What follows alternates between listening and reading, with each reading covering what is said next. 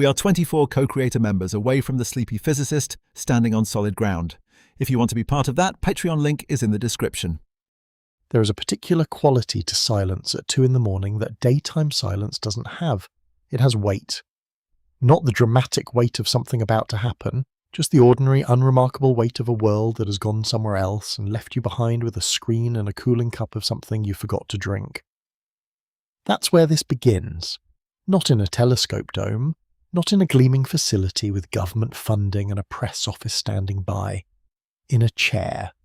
A university chair. The kind with uneven armrests that you stop noticing after the first hour. A monitor, data, dots, thousands of them. Alexia Lopez was a PhD student at the University of Central Lancashire, working through catalogues of magnesium absorption signals, faint chemical fingerprints left in the light of distant quasars by intervening clouds of gas. It is slow work, iterative. You step through thin slices of the universe, redshift by redshift, and you look. Mostly nothing resolves. Mostly the dots stay dots, scattered, quiet, meaningless in their arrangement. She wasn't looking for a structure. That needs to be said plainly. She was not running a search designed to find one. The discovery didn't come from a hypothesis being confirmed. It came from something closer to, and this is hard to phrase without making it sound more mystical than it was, noticing. The way you notice sometimes that a pattern is there before you can explain why you noticed it. The dots, in one particular slice of data, were not random.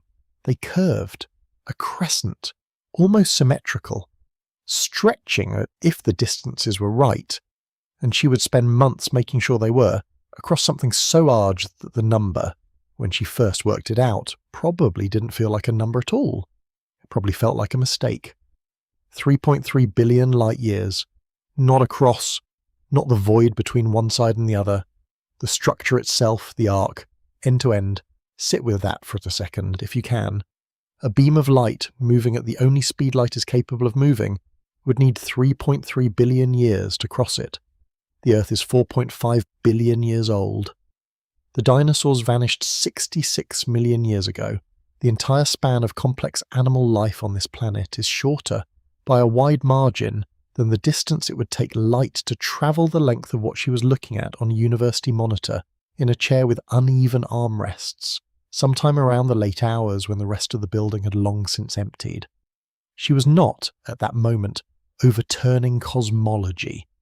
She was just looking at dots that curved when they shouldn't. The thing that makes this story strange, stranger than the structure itself maybe, is that according to the best physical models we have, what she found is not supposed to exist. Not in the sense that it's rare, not in the sense that it's unexpected, in the sense that the mathematics of how the universe builds itself over time places a hard ceiling on how large a coherent structure can grow, and that ceiling is well below what was sitting in her data. Whether the universe was listening to the mathematics is, as it turns out, still an open question. That question is what this series is about. Not the answer, there isn't one yet, not a clean one, but the question itself. The shape of it, the weight of it, the fact that a single curved arrangement of galaxies, found by accident in the early hours, has spent the years since its discovery slowly pressing against the edges of what our most successful scientific framework can hold. Before we move toward Chapter 2, before we get into the rule that the giant arc appears to break and why that rule exists, and how foundational it actually is to everything cosmology has built, it's worth taking one brief pause. If you put these videos on at night to wind down, you know how much a sudden, loud ad break ruins the room. Supporting on Patreon is what keeps this space completely quiet and sponsor-free for everyone, and keeps these deep dives freely accessible to curious minds around the world. If you want to help protect that, the link is in the description. A student. A screen. Dots that curved. She didn't know, sitting there, whether what she was seeing was real. That uncertainty is important. It didn't go away quickly. In some respect, and this is the part that's easy to miss when a discovery gets written up cleanly afterward, it hasn't entirely gone away yet. The arc is there. Whether it means what it appears to mean is still, very quietly being argued about. We'll get into that. Imagine holding a map, not a digital one, but the older kind printed on paper that folds badly and never quite returns to its original shape. The map assumes something before you even open it. It assumes that the territory it represents follows rules, that north stays north, that distances behave consistently, that the landscape doesn't suddenly decide to operate differently on one side of the page. Cosmology has a map like that. It has always had one. And the assumption baked into it, the assumption so old and so load-bearing that most working physicists treat it the way you treat the floor beneath your chair, is called the cosmological principle. It says, in plain terms, that the universe looks roughly the same everywhere, not identical, not perfectly smooth, but statistically uniform, meaning that if you scooped up a large enough region of space from one corner of the observable universe and compared it to a large enough region from the opposite corner, the contents would be, on average, the same. Same density of matter, same distribution of galaxies, no special regions, no cosmic addresses that matter more than others. There are two words that carry this idea: homogeneous, which means the same in every location, and isotropic, which means the same in every direction. They are related but not identical, and the distinction is one of those things that seems technical until you sit with it, at which point it becomes almost intuitive. A universe can be isotropic from your position without being homogeneous everywhere, but the cosmological principle requires both at sufficient scale. Sufficient scale is doing a lot of work in that sentence. The principle has old roots. It grew quietly from something even older, a philosophical position sometimes called the Copernican principle, which holds that the Earth does not occupy a privileged position in the universe. Copernicus dislodged the planet from the centre of the solar system. The logic extended over centuries outward. First the solar system lost its centrality, then the galaxy, then the local group. The cosmological principle is what that dislodging looks like when it reaches its logical conclusion. Not just that Earth is unremarkable, but that no location is remarkable. The universe has no centre, no edge we can meaningfully locate, no favoured direction. Edward Arthur Milne formalised this in the 1930s, though the intuition behind it is older than its name, and it is worth being clear about what kind of thing it is. The cosmological principle is not a physical law derived from first principles. It is not the same category of claim as the conservation of energy. It is, and this is where it gets slightly uncomfortable, an assumption. A very well-supported assumption, one that has survived decades of increasingly detailed observation, but an assumption nonetheless. It seems worth pausing on that. The reason the principle matters so much, the reason its potential violation sends genuine tremors through the field, is structural. Modern cosmology is not built loosely on top of it. The standard model of cosmology, the lambda CDM model, uses the cosmological principle as a foundation in the mathematical sense. The equations describing how the universe expands, how matter clusters, how light travels across billions of light years. They are written, from the beginning, in a universe assumed to be homogeneous and isotropic at large scales. Pull the assumption, and the equations don't automatically collapse, but they require rewriting, the solutions change, the predictions shift. What counts as a reasonable structure, a reasonable density, a reasonable arrangement of galaxies, all of it is downstream of that one quiet premise. Which is why when something appears in the data that the premise cannot easily accommodate, the response from the field is not casual.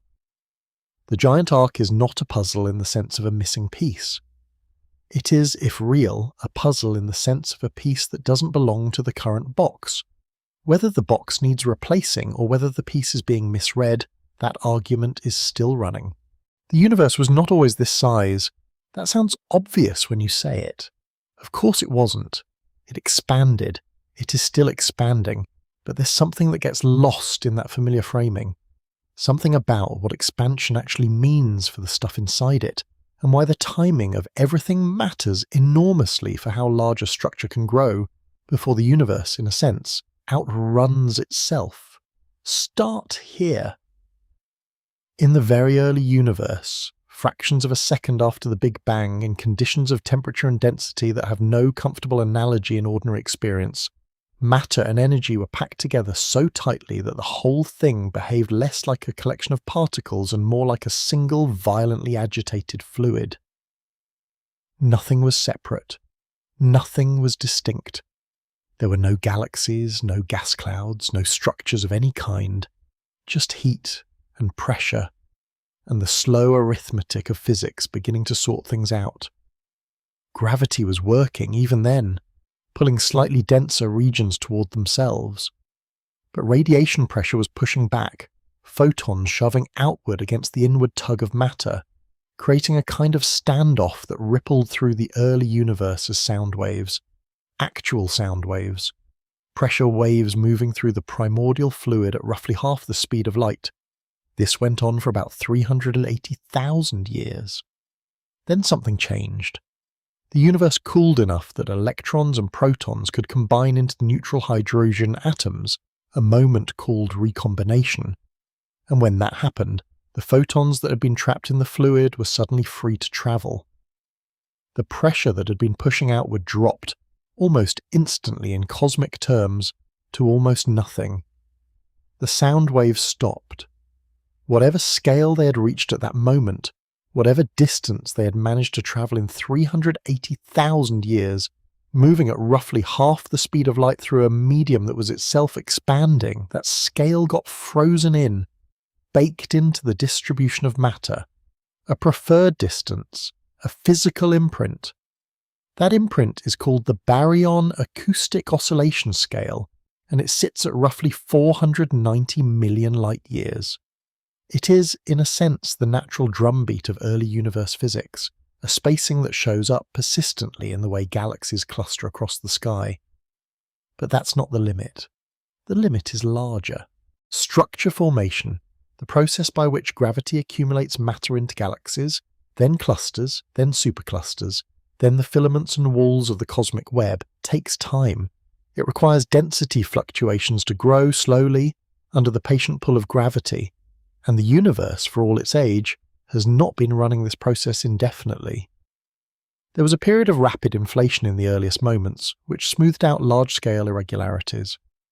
There is dark energy, which has been accelerating the expansion for roughly the last 5 billion years, pulling regions of space apart faster than gravity can draw them together.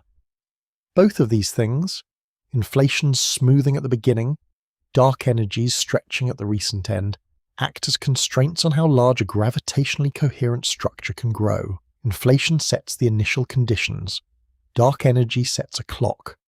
Between them, they define a window during which structure formation is actually possible, and they bound how far its products can extend. When cosmologists calculate the upper limit of that window, the larger scale at which a coherent, physically meaningful structure could plausibly form and hold together given everything we know about the universe's history and composition, they arrive at approximately 1.2 billion light-years. Not as a rough estimate. As a derived consequence of the model. That number is the wall. It doesn't announce itself. It doesn't feel like a prohibition. It's just what the physics produces when you run the calculation honestly, when you account for how old the universe is, how fast it has been expanding, how quickly structure can form under gravity's pull against dark energy's push, and how smooth the starting conditions were. Structures below that threshold are expected. Structures near it are interesting but manageable. Structures above it, well, that's where it gets uncomfortable. Not because the mathematics gets angry. The mathematics doesn't get angry. It just stops producing solutions that match what you're observing, and at that point you have to start asking whether the model is incomplete, or whether the observation is wrong, or whether something else entirely is happening, that neither side of that equation is accounted for yet. The giant arc is 3.3 billion light-years long, nearly 3 times the limit. That isn't a slight discrepancy. That isn't a number sitting just outside the boundary, close enough to argue about rounding. It is, if the measurement is right, a structure existing in a universe that should not have been able to build it. Whether the universe received that memo is, as it turns out, a genuinely open question. Think about the last time you washed dishes, not the task itself, and the foam, the way it sits in the sink if you let it settle, into a structure that is mostly air. Thin membranes of soapy water stretch between bubbles, each bubble pressing gently against its neighbours, the whole thing holding a shape that looks almost deliberate until you touch it and it rearranges without complaint. Mostly empty, structured at the edges, the material concentrated into the thinnest possible surfaces surrounding volumes of nothing. The universe, at its largest scales, looks like that. Not metaphorically exactly. The resemblance is structural enough that cosmologists use the foam comparison without embarrassment. Matter, galaxies, gas, dust, everything visible and much that isn't, is gathered into thin sheets and long filaments that wrap around vast, nearly empty regions of space. The emptiness is not incidental. It is, in a sense, the dominant feature. The universe is mostly void, with the interesting material pressed into the boundaries between voids, the way soap film is pressed into the boundaries between bubbles. This is the cosmic web, and understanding it, feeling it maybe before trying to categorize it, is necessary for understanding why the giant arc is strange. It begins with gravity and time. In the earliest moments after the Big Bang, the distribution of matter was not perfectly uniform. There were slight variations, regions fractionally denser than their surroundings, regions fractionally emptier. These variations were tiny. Quantum fluctuations, stretched to cosmic scale by inflation, imprinted a very gentle texture onto an otherwise smooth medium. Gravity noticed. Dense regions attracted more matter. Their gravitational pull, weak at first, accumulated slowly. Over hundreds of millions of years, gas clouds collapsed. The first stars ignited inside them. Those stars gathered into the first galaxies. Galaxies drew each other together into groups, then clusters. The process was not uniform. It followed the texture of those original fluctuations, amplified over billions of years into the architecture we can now map.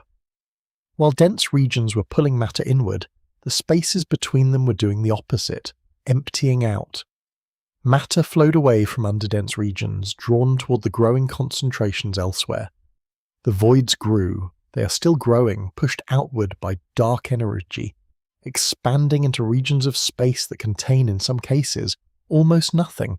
A handful of galaxies scattered across a volume that might measure 300 million light-years across. The filaments are what form at the intersections. Where the boundaries of multiple voids meet, matter accumulates into long, roughly linear structures, threads of galaxies and gas stretching across hundreds of millions of light-years. They are not solid. They are not walls in any physical sense. They are more like the densest part of a density gradient, regions where matter happened to pile up because it was being pulled from multiple directions simultaneously. Nodes form where filaments cross. These are galaxy clusters and superclusters, the most massive gravitationally bound structures in the observable universe, containing hundreds or thousands of individual galaxies, plus enormous quantities of hot gas and dark matter. They sit at the intersections of the web like, and this is the comparison I almost want to make, and slightly pull back from, because it's almost too neat, like the places where soap films meet, where the material thickens because the geometry demands it. The largest of these filaments, these walls, these node clusters, they have names. The Sloan Great Wall, the Perseus-Pisces supercluster, the Laniakea supercluster, which contains the Milky Way and stretches roughly 520 million light-years across its widest span. Enormous things, each one, record-breaking things when they were discovered. All of them sit comfortably below that 1.2 billion light-year ceiling. The cosmic web is not static, it is still assembling itself slowly, in the parts where gravity still dominates over expansion, in the parts where dark energy has pulled regions of space apart too quickly for gravity to bridge the gap. The web has already stopped growing. Filaments in those regions have thinned, voids have widened. The architecture is, in places, already beginning to dissolve at its most stretched edges.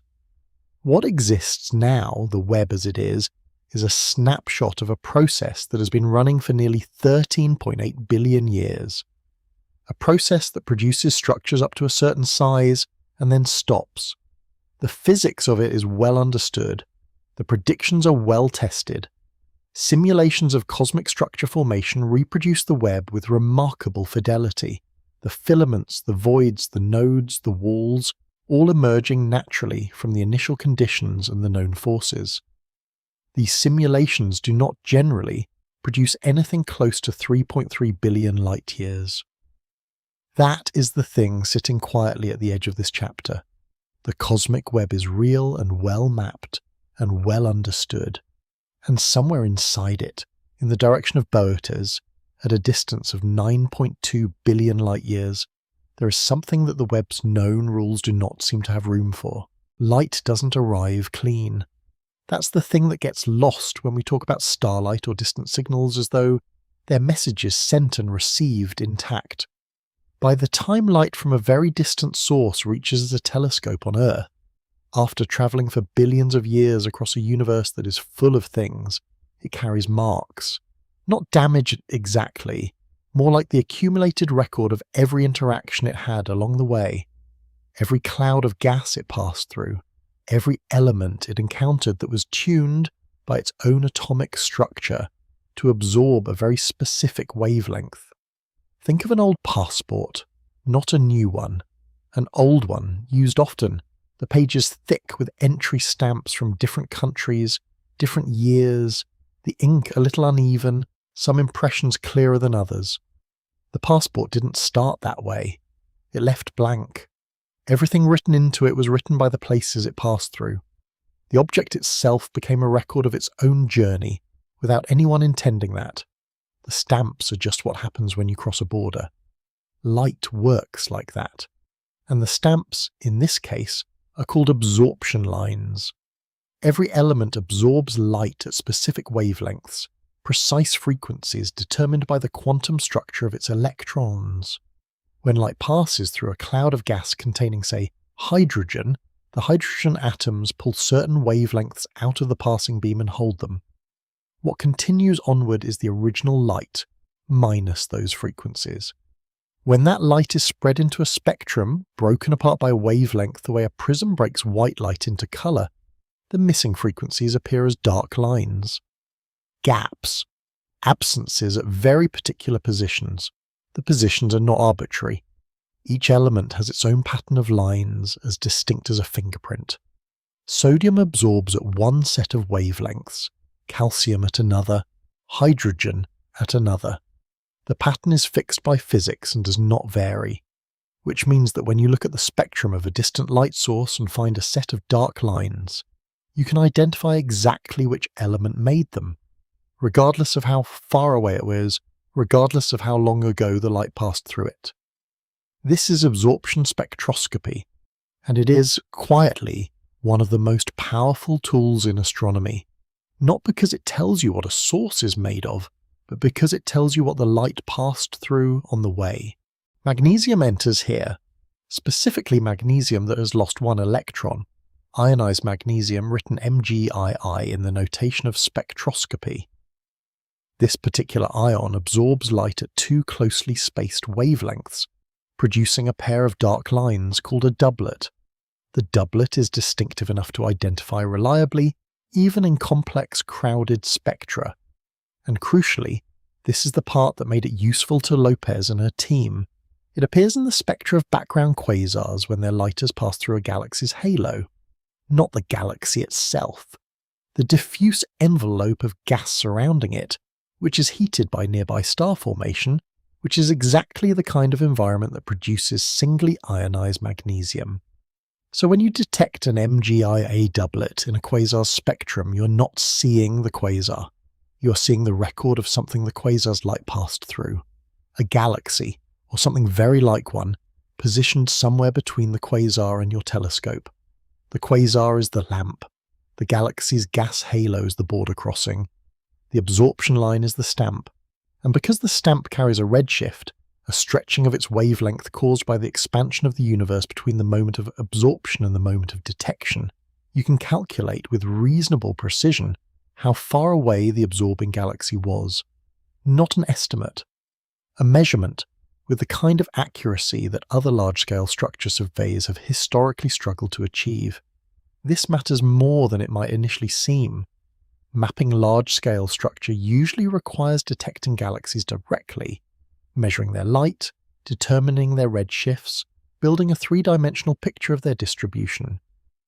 That process is limited by how faint a galaxy you can detect. Very distant, very faint galaxies simply do not appear in surveys, regardless of how sophisticated the telescope. They are below the detection threshold, invisible not because they don't exist, but because they don't produce enough light to reach you. The MGII method sidesteps that limitation entirely. You're not trying to detect the galaxies, you're detecting the record they leave on the light of something much brighter, the quasar behind them, which is luminous enough to be seen from nearly anywhere in the observable universe. The faint foreground galaxy, completely invisible in direct observation, announces itself by what it removes from the passing light. The absence is the signal. That inversion, finding structure not by seeing it but by reading what it took from the light that passed through it, is what made the giant arc possible to find at all. Without it, the arc would still be there. It just wouldn't be in any catalogue. It would be sitting in the dark 9.2 billion light-years away doing whatever structures that size do, entirely unannounced. At the centre of most large galaxies there is a supermassive black hole. Most of them are quiet. The one at the centre of the Milky Way, Sagittarius, a star, roughly 4 million times the mass of the Sun, is not doing much at the moment. It sits there. Occasionally it pulls in a small amount of gas or dust. Mostly it waits, the way very massive things tend to wait, with a patience that has nothing to do with choice. But feed one. Give a supermassive black hole a significant sustained supply of gas, either from a merger with another galaxy, or from a dense surrounding environment, or from some other mechanism that funnels material inward, and what happens next is not quiet at all. The infalling gas forms a disk around the black hole, compressed and heated by the enormous gravitational forces acting on it, friction within the disk raising temperatures to tens of millions of degrees. That disk glows.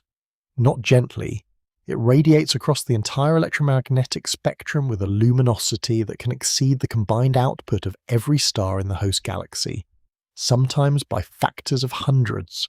The result is called a quasar. The name comes from the early days of radio astronomy, when these objects were detected as point-like radio sources that didn't correspond to anything recognizable, quasi-stellar radio sources, eventually shortened. The name stuck even after it became clear that not all of them emit strongly in radio wavelengths, and even after it became clear what they actually were.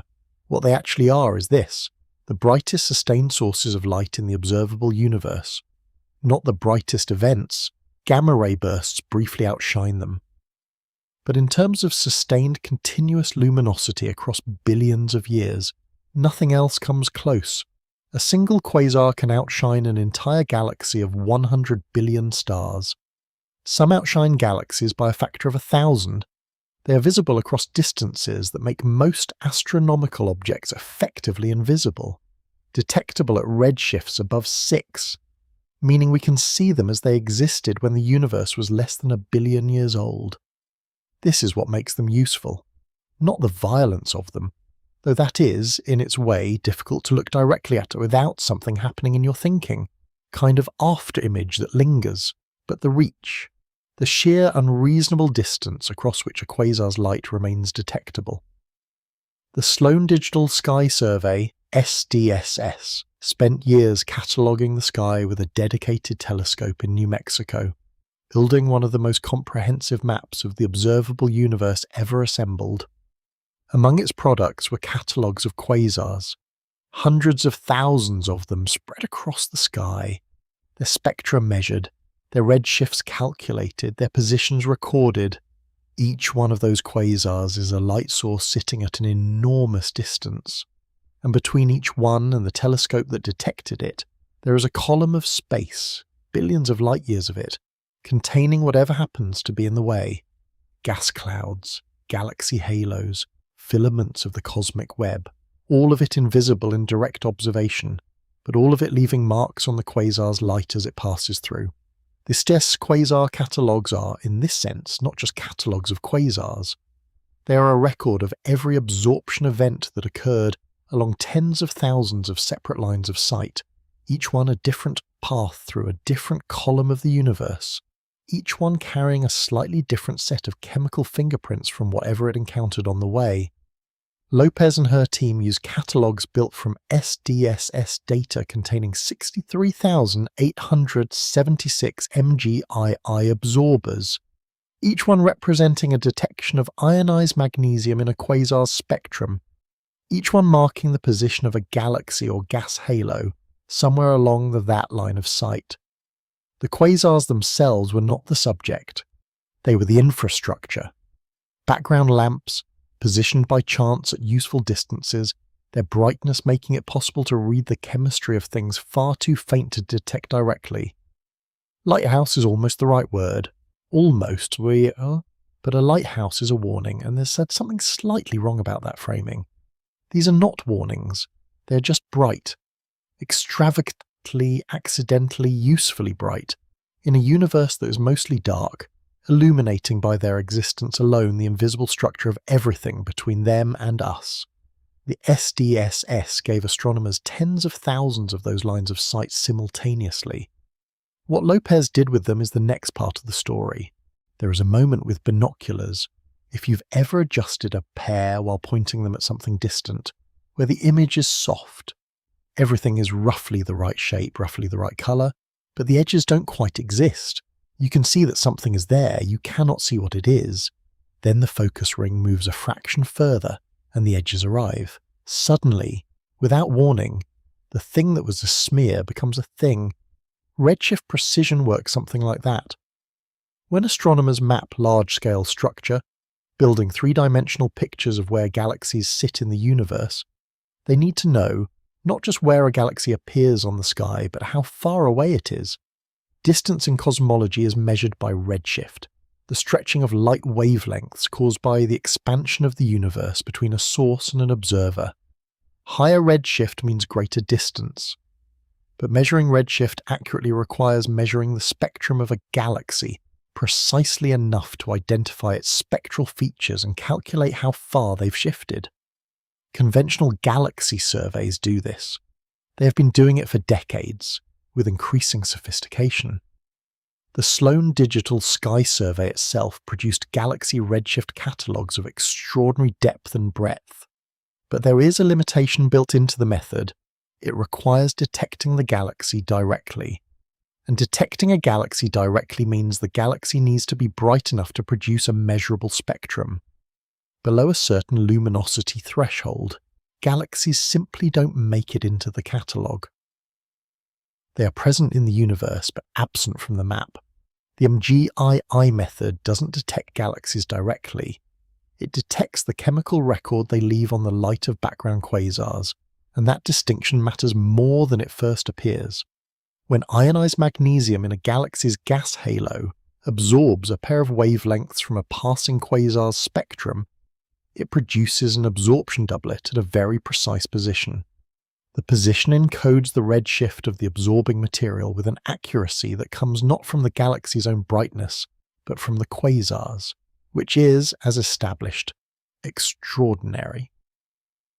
You're not trying to squeeze a spectrum out of a faint, distant object. You are reading a sharp, clear signal imprinted on a very bright one.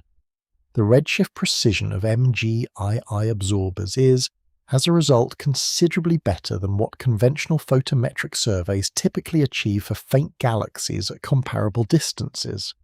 Spectroscopic galaxy surveys can match it, but they require the galaxy to be detectable in the first place. The MGII method has no such requirement. A galaxy too faint to appear in any direct survey can still announce itself through the absorption doublet. It leaves in a quasar's spectrum as long as a quasar happens to be positioned behind it along the line of sight. Lopez and her team were not the first to use MGII absorbers as tracers of galaxy distributions. The technique existed.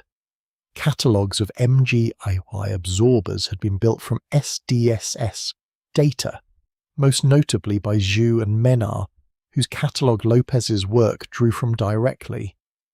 What had not been done, at least not systematically, was using those catalogues to search for large-scale structure in 3 dimensions. Conventional large-scale structure searches used galaxies, directly detected, spectroscopically confirmed, mapped in 3 dimensions by their own light. The MGII catalogue represented a different kind of map, sparser in the sense that only galaxies aligned by chance with background quasars appeared in it, but sharper in redshift precision and sensitive to a population of objects invisible to direct surveys. Sparser but sharper is not obviously better. It depends on what you're looking for. For detecting very large structures, things extending across hundreds of megaparsecs, where the broad shape matters more than the fine detail, sharper redshift precision means the structure's depth along the line of sight is better constrained, less smearing, less blurring of a signal that might, in a noisier map, dissolve into the background. This is where the focus analogy earns its place.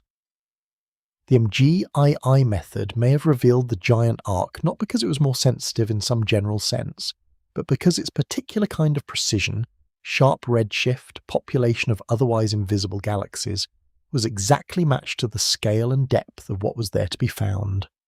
A different method, applied to the same patch of sky, might have seen something, or might have seen nothing coherent at all. The edges might not have arrived. There is something worth sitting with in that. The giant arc may have been present in the universe for billions of years before the right instrument, applied in the right way to the right catalogue, made it visible. Not because it was hidden, it was not hiding, but because seeing it required a specific combination of precision and coverage that hadn't been assembled in quite that way before. Whether that means it is real, or means it is a feature of the method rather than a feature of the universe, that question was waiting even as Lopez was first looking at the data. It has not entirely gone away. The method that found the arc is also the method that skeptics point to when they argue the arc might not be what it appears. The tool and the doubt arrive together. That is, in cosmology at least, not unusual. The work before a discovery looks nothing like the discovery. It looks like a desk, a catalogue open on one side of the screen, a visualization tool on the other. It looks like the same sequence of steps repeated with small variations, adjusting a parameter, rerunning a query, waiting a moment for the result to render. It looks mostly like nothing in particular is happening. Lopez was stepping through redshift slices. The catalogue contained MGII absorbers across a wide range of cosmic distances, and the approach was methodical. Isolate a thin slice of the universe at a particular redshift, smooth the absorber positions into a density map, inspect the result, move to the next slice. The goal was to characterize the distribution of absorbers across different epochs, to understand the statistical properties of the catalogue, not to find any specific structure. This is a detail worth holding. She was not running a structure-finding algorithm in the forward sense. She was not asking the data, is there a large structure here? She was doing something more iterative than that, something closer to reading. Most slices produce nothing organized. The absorbers scatter across the frame without suggestion of arrangement, a distribution that looks statistically consistent with randomness. You learn to read that quickly. The eye adjusts. After enough slices, the absence of pattern becomes the background condition, and you stop expecting anything else. At around redshift 0.8, which corresponds to a distance of roughly 9.2 billion light-years, to a moment in the universe's history when it was approximately half its current age, something in the density map was different. Not dramatically. That's the first thing to say. It was not a sudden, obvious shape leaping from the screen. It was more like the moment before focus arrives, a suggestion of directionality in the distribution. Absorbers that seemed to be arranged tentatively, in a way that had lateral extension, a lean in the data, a smear that wasn't quite random. The eyes dry out after long sessions at a screen. The room behind the monitor recedes. The body sits without drawing attention to itself. In that particular state, which is its own kind of altered attention, not dramatic but narrowed, the pattern, if it was a pattern, was there. The process of checking it is slow. You adjust the redshift boundaries of the slice. You change the smoothing parameters. You look at the same region with the catalogue restricted to higher confidence detections. You ask whether the pattern holds under variation, or whether it was a product of a specific parameter combination that happened to produce an artifact. This is not skepticism performed for an audience. It is the ordinary internal habit of someone who has spent enough time with data to know how easily the eye finds shapes that the data isn't actually making. The shape held, not perfectly, no real structure is perfectly resolved from catalogue data. The edges were uncertain. The northern end of what was emerging looked more convincing than the southern end, where the absorber density thinned. But the central body of it, the broad curving sweep of elevated density that seemed to arc across the frame, was present across parameter variations that should have dissolved any artifact. At some point in that process, which is not a single moment but a gradual accumulation of moments, Lopez would have started calculating. The angular extent first. How far across the sky does this thing appear to span? Then given the redshift or given the distance, what does that angular extent correspond to in physical size? This is where the numbers become strange. The calculation itself is not complicated. Cosmological distance calculations are standard. The inputs were measured. The output was a number that, when it arrived, would not have felt immediately like a discovery. It would have felt first like something to check, because the number was approximately 1 gigaparsec, roughly 3.3 billion light-years, end to end. That is not a number that arrives quietly.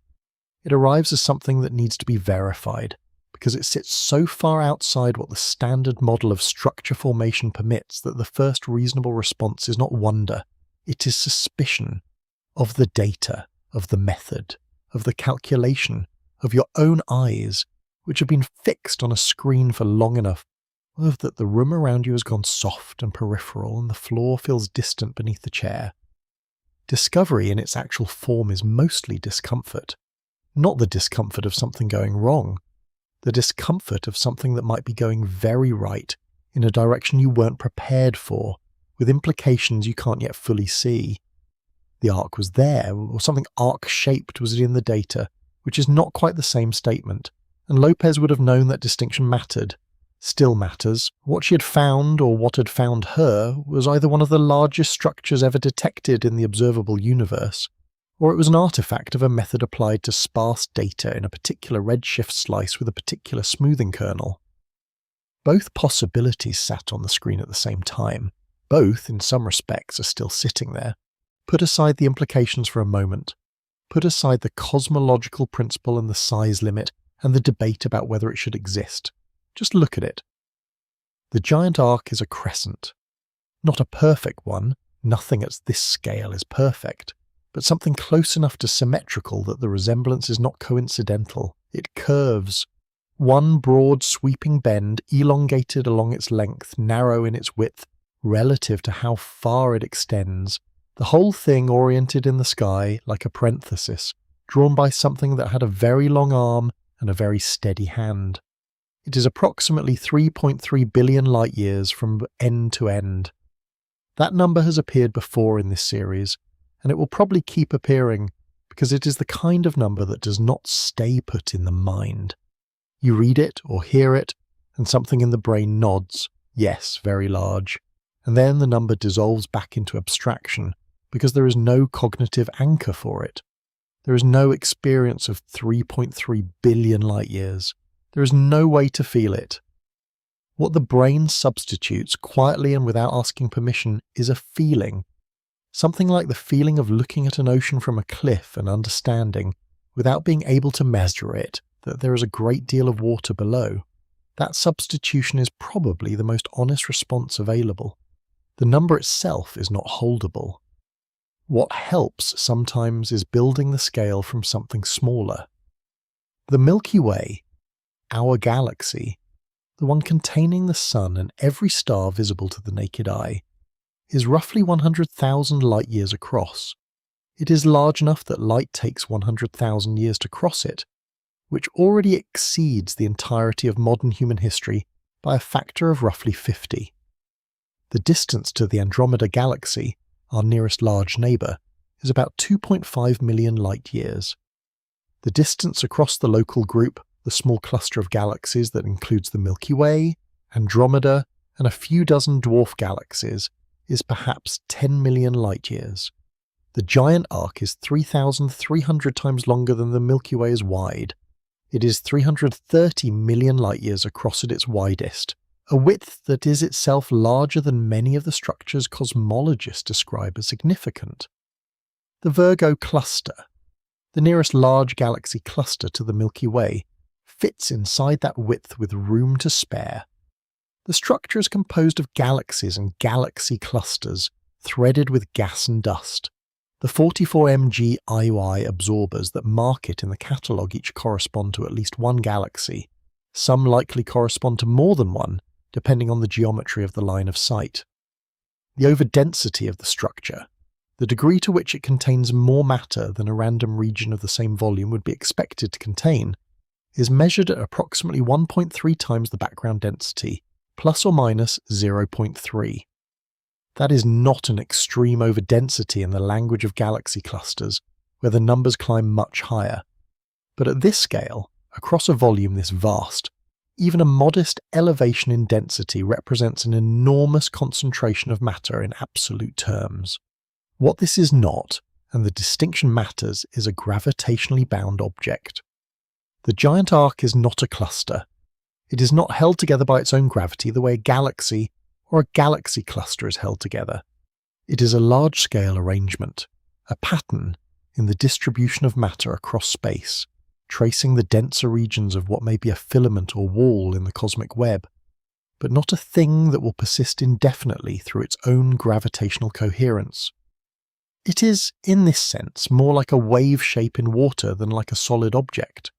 The wave has a shape, the shape is real, but the water is not going anywhere as a unit. Now the symmetry. The arc is nearly symmetrical around its midpoint. This is, and here the hesitation is genuine, because symmetry at this scale is hard to explain even within the framework of the cosmic web, unusual.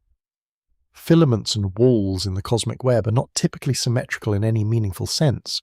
They are shaped by the specific history of density fluctuations in their region, which is not a process expected to produce bilateral organization around a central point. The near symmetry of the giant arc is, in a quiet way, a separate puzzle from its size. Size alone could conceivably be addressed within some extended or modified framework. Symmetry at 3.3 billion light-years is harder to accommodate, not because symmetry is impossible, but because the mechanism that would produce it at this scale is not obvious from current models. It is the kind of detail that sits at the edge of the description and refuses to be tidied away. If you could see it, if the arc emitted light at wavelengths your eyes could detect, if you were positioned at the right distance to take in its full extent, it would span roughly 10 degrees across the sky. 20 full moons side by side would not cover it. It would be visible as a curve, a broad crescent shape in the direction of the constellation Boötes, its ends fading into regions where the absorber density thins and the signal becomes uncertain. It would be, by a significant margin, the largest single thing your eye had ever rested on, and it would be curving. That is the detail that stays. Not a wall, not a sheet, not a random scatter. A curve. Deliberate looking. Even though deliberate is not a concept that applies to galaxy distributions. Something about the shape of it resists purely statistical language. It just curves. Quietly. Enormously. Across a slice of the universe that existed 9.2 billion years ago, before the Earth had formed, before the Sun had formed, in a cosmos that was, according to the best models available, too young and too smooth to have built anything like this yet. There is something strange about receiving light. Not strange in the way we usually mean when we talk about the speed of light. The familiar strangeness of knowing that the sun you see is 8 minutes old, that the nearest star you can see with the naked eye is 4 years behind. That strangeness has been absorbed into the common understanding of astronomy. It sits comfortably enough in the mind. The strangeness with the giant arc is different in degree to the point of being different in kind. When the light that carries the word MGII absorption signatures of the giant arc's galaxies finally reaches a telescope on Earth, after travelling for 9.2 billion years through an expanding universe, red-shifted by that expansion until the original wavelengths have been stretched to fractions of their original frequency, what arrives is not a message from somewhere far away. It is a message from a time that no longer exists. A letter written when the universe was approximately half its current age, sent at the speed of light, received now in a cosmos that has continued developing for the entire duration of the journey. The universe those galaxies inhabited is gone, not gone in the sense of destroyed memoriousness. The matter persists, presumably rearranged by 9.2 billion subsequent years of gravitational evolution. Gone in the sense that the conditions, the epoch, the state of the universe at that moment no longer exist anywhere accessible to observation. We are reading the letter. We cannot visit the sender. Redshift is how cosmologists measure this. Light from a distant source is stretched by the expansion of the universe during the time it travels. The longer the journey, the more expansion has occurred, the more the wavelengths have been stretched toward the red end of the spectrum. A redshift of 0 means no stretching. The source is effectively stationary relative to the observer. A redshift of 1 means the universe has doubled in scale during the light's journey.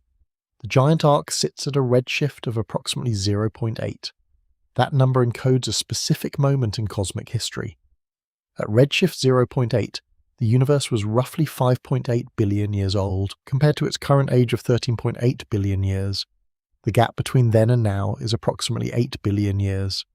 To put that in terms of something other than numbers, the Earth itself did not yet exist at that moment. The Sun had not yet formed. The entire history of the solar system, its formation, the appearance of life on Earth, the full span of geological time as recorded in rock, all of that fits inside the interval between when we are observing the giant arc and now. Structure formation in the standard model is a process that runs on time. The density fluctuations seeded by inflation in the earliest moments of the universe were tiny. Variations of roughly 1 part in 100,000 in the distribution of matter. Gravity amplified these variations slowly. The first stars appeared at around 100 to 200 million years after the Big Bang. The first galaxies assembled over the following hundreds of millions of years. Galaxy clusters began forming from those building blocks over billions of years more. The cosmic web, its filaments, its walls, its voids, accumulated gradually. The large scales taking longest to develop because the distances involved required the most time for gravitational influence to propagate and organize. By redshift 0.8, this process had been running for 5.8 billion years. That is a substantial interval, long enough for galaxies to have formed and evolved, for clusters to have assembled, for filaments to have begun tracing the large-scale distribution of matter.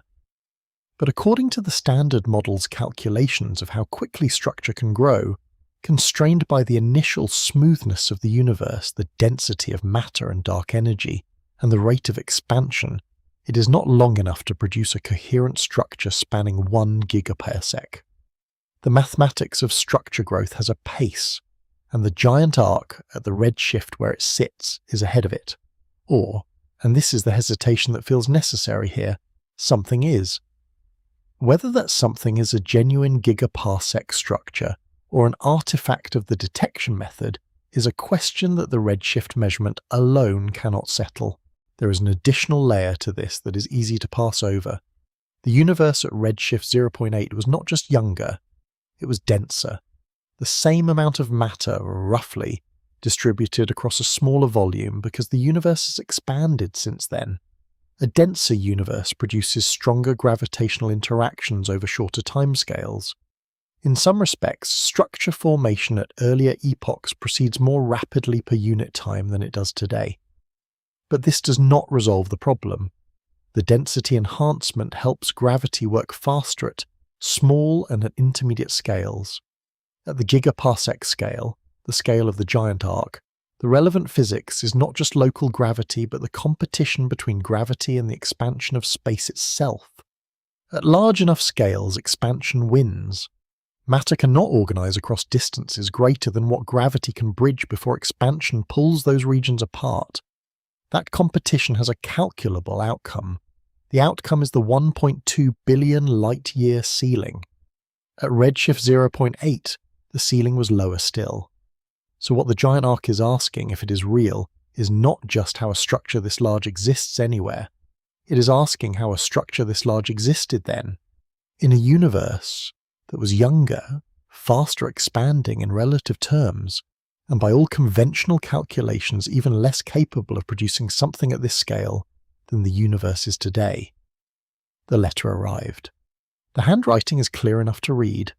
What the sender was doing in a universe that should not have permitted them to write it, that is the question that redshift 0.8 keeps placing quietly on the table. The pattern was in the data. The question was whether the pattern was real. Those are not the same question, even though they sound like they might be. Data contains patterns constantly, arrangements that look organized, clusters that seem deliberate, curves that suggest structure. The human eye is extraordinarily good at finding these. It is also extraordinarily bad at distinguishing the ones that mean something from the ones that don't. This is not a flaw specific to non-scientists. It applies to everyone. The eye finds shapes. Statistics asks whether the shapes would have appeared anyway, by chance, in data with no structure at all. Lopez and her team applied 3 independent statistical methods to the giant arc. Not 3 versions of the same method. 3 genuinely different approaches, each asking the question of significance from a different direction, each sensitive to different properties of the data. The decision to use all 3 was deliberate, because any single statistical test has assumptions built into it, and a result that survives only one test is a result that might be surviving because of those assumptions, rather than because of the underlying reality. Think of it loosely as independent witnesses. 3 people who saw the same thing from different positions ask separately, giving accounts that don't share phrasing. If all 3 accounts agree on the central facts, that agreement carries more weight than any single account alone. The analogy is imperfect, and statistics is not testimony, but the logic of independence holds. The first method was single linkage hierarchical clustering. This approach asks a specific question. Given the positions of the absorbers in 3-dimensional space, can they be connected into a structure using a particular linking distance? And if so, how unusual is the resulting structure compared to what random distributions of the same size would produce? The process works by treating each absorber as a point in space and connecting pairs of points that fall within a chosen linking distance of each other, in this case 95 moving megaparsecs. Connected points accumulate into groups. The giant arc emerged as the most significant group in the analysis, a connected chain of 44 absorbers spanning the full extent of the arc's length. To assess significance, the team generated 1,000 randomized versions of the catalogue. Same number of absorbers, same redshift range, position scrambled, and asked how often a structure as large and connected as the giant arc appeared by chance. The result was approximately 4.5 sigma. In plain terms, a structure of this significance appeared in fewer than 1 in several thousand random realizations. Not impossible by chance, but uncommon enough to take seriously. The second method was the Cusick-Edwards test. This one is less familiar outside of spatial statistics, and its logic is slightly different. The Cusick-Edwards test was originally developed for detecting clustering in epidemiology, for identifying whether cases of a disease cluster spatially beyond what random distribution would predict. Applied to the giant arc, it asks whether the absorbers that make up the arc are more clustered relative to the background absorber population than chance would allow. The test is sensitive to a different property than hierarchical clustering. It is not asking about the connected extent of a structure. It is asking about the local density relationships between points, whether the ark's members are consistently closer to each other than to the surrounding population of absorbers. This is a subtler question, and one less susceptible to the specific choice of linking length that hierarchical clustering depends on. The result here was approximately 3.0 sigma, lower than the clustering result, which is honest and worth acknowledging. 3 sigma is meaningful but not overwhelming. It is the kind of number that keeps a result in the conversation without closing it. The team did not downplay this. They reported it as part of the ensemble precisely because science does not improve by hiding the weaker results. The third method was power spectrum analysis. This approach operates differently again. Rather than looking at the arc as a connected object, it analyzes the full spatial distribution of absorbers across the survey volume and asks whether there is excess, power excess, regularity or structure at the scale corresponding to the giant arc. Power spectrum analysis is the same class of technique used to study the cosmic microwave background and the large-scale distribution of galaxies. It is sensitive to coherent structure at specific scales, even when that structure is not obviously connected in the way hierarchical clustering would require. The result was approximately 4.8 sigma, the strongest of the three. This is the number that, reported alone, might sound most convincing, but reported alongside the others, it takes its proper place. One angle among three, the sharpest angle, consistent with the rest but not a replacement for them. What does sigma actually mean? A result at 3.0 sigma means the probability of obtaining it by chance, assuming no underlying structure, is approximately 0.13%. At 4.5 sigma, that probability drops below 0.001%. At 4.8 sigma, it is smaller still. These are not certainties. They are statements about how often pure chance would produce what was observed. Small probabilities are not zero probabilities, and the calculation of probability depends on the assumptions built into each test.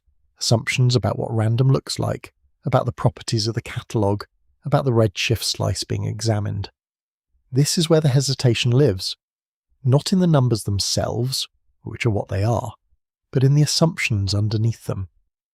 A critic who argues that the random baseline was constructed incorrectly is not arguing that 4.5 sigma is wrong. They are arguing that the denominator is wrong, that the comparison is being made against the wrong version of chance. That argument exists, it has been made. The chapter after next is where it arrives properly. For now, 3 methods, 3 results, all pointing in the same direction. Not proof, not in the final close sense, but a cumulative case that the pattern in the data is not easily explained away. The witnesses gave consistent accounts from different positions. What they witnessed, whether it was the universe or an artifact, is still carefully being determined. The giant arc did not arrive into an empty conversation. By the time Lopez presented her findings in June 2021, cosmologists had already spent years quietly accumulating structures that sat awkwardly against the cosmological principle. Things large enough to require explanation, too numerous to dismiss individually, not yet numerous enough to force a reckoning. The giant arc joined that accumulation. It did not start it. Understanding where it sits in the hierarchy requires going back a little. Not far. The relevant history fits inside a few decades. But the progression matters, because the structures did not all appear at once. They arrived one by one, each requiring the standard model to stretch slightly further, each stretching it in a direction the model was not originally designed to accommodate. The Sloan Great Wall was announced in 2003. It emerged from early data of the Sloan Digital Sky Survey, a sheet-like arrangement of galaxies stretching approximately 1.37 billion light-years across, located roughly 1 billion light-years from Earth. At the time of its discovery, it was the largest known structure in the observable universe. Cosmologists noted it with interest and a certain amount of discomfort, because 1.37 billion light-years sits just above the theoretical ceiling of 1.2 billion light-years. just above, close enough to argue about. The standard model absorbed the Sloan Great Wall without breaking, but it absorbed it the way a jacket absorbs an extra layer underneath. The fit was noticeably tighter. The South Pole Wall followed, announced in 2020. Comparable in scale to the Sloan Great Wall, roughly 1.37 billion light-years across, but hidden behind the dust and gas of the Milky Way's plane, which had obscured it from earlier surveys. Its discovery did not dramatically change the numbers. What it changed was the sense of how much structure might still be waiting in regions of the sky, where observation was difficult. The wall had been there the whole time. The survey simply hadn't been able to see through the obstruction. The huge large quasar group is harder to place. Announced in 2013, it was described at the time as the largest structure in the observable universe, a cluster of 73 quasars spanning approximately 4 billion light-years in its longest dimension, located at a redshift of around 1.27. The claim attracted immediate skepticism. The linking algorithm used to define it as a single structure was questioned. Some cosmologists argued that what had been identified was not a coherent physical structure, but a loose statistical association. Points connected by a linking distance that was too generous, producing the appearance of unity where none existed in any physically meaningful sense. The debate around the huge LQG is, in some respects, a preview of the debate around the giant arc. The same questions arise: what linking length is appropriate, what counts as a structure versus a pattern, what the right comparison baseline is. The huge LQG remains in the literature. It remains contested. It sits in the ledger with a question mark beside it. The Hercules Corona Borealis Great Wall is the most extreme entry. Identified through the spatial clustering of gamma-ray bursts rather than galaxies or absorbers, it was first reported in 2013 and has been revised upward in scale estimates since. Current figures place it at approximately 10 billion light-years in extent, a number so far beyond the theoretical ceiling that it occupies a different category of problem entirely. If it is real as a coherent structure, it is not a challenge to the cosmological principle, it is a refutation of it.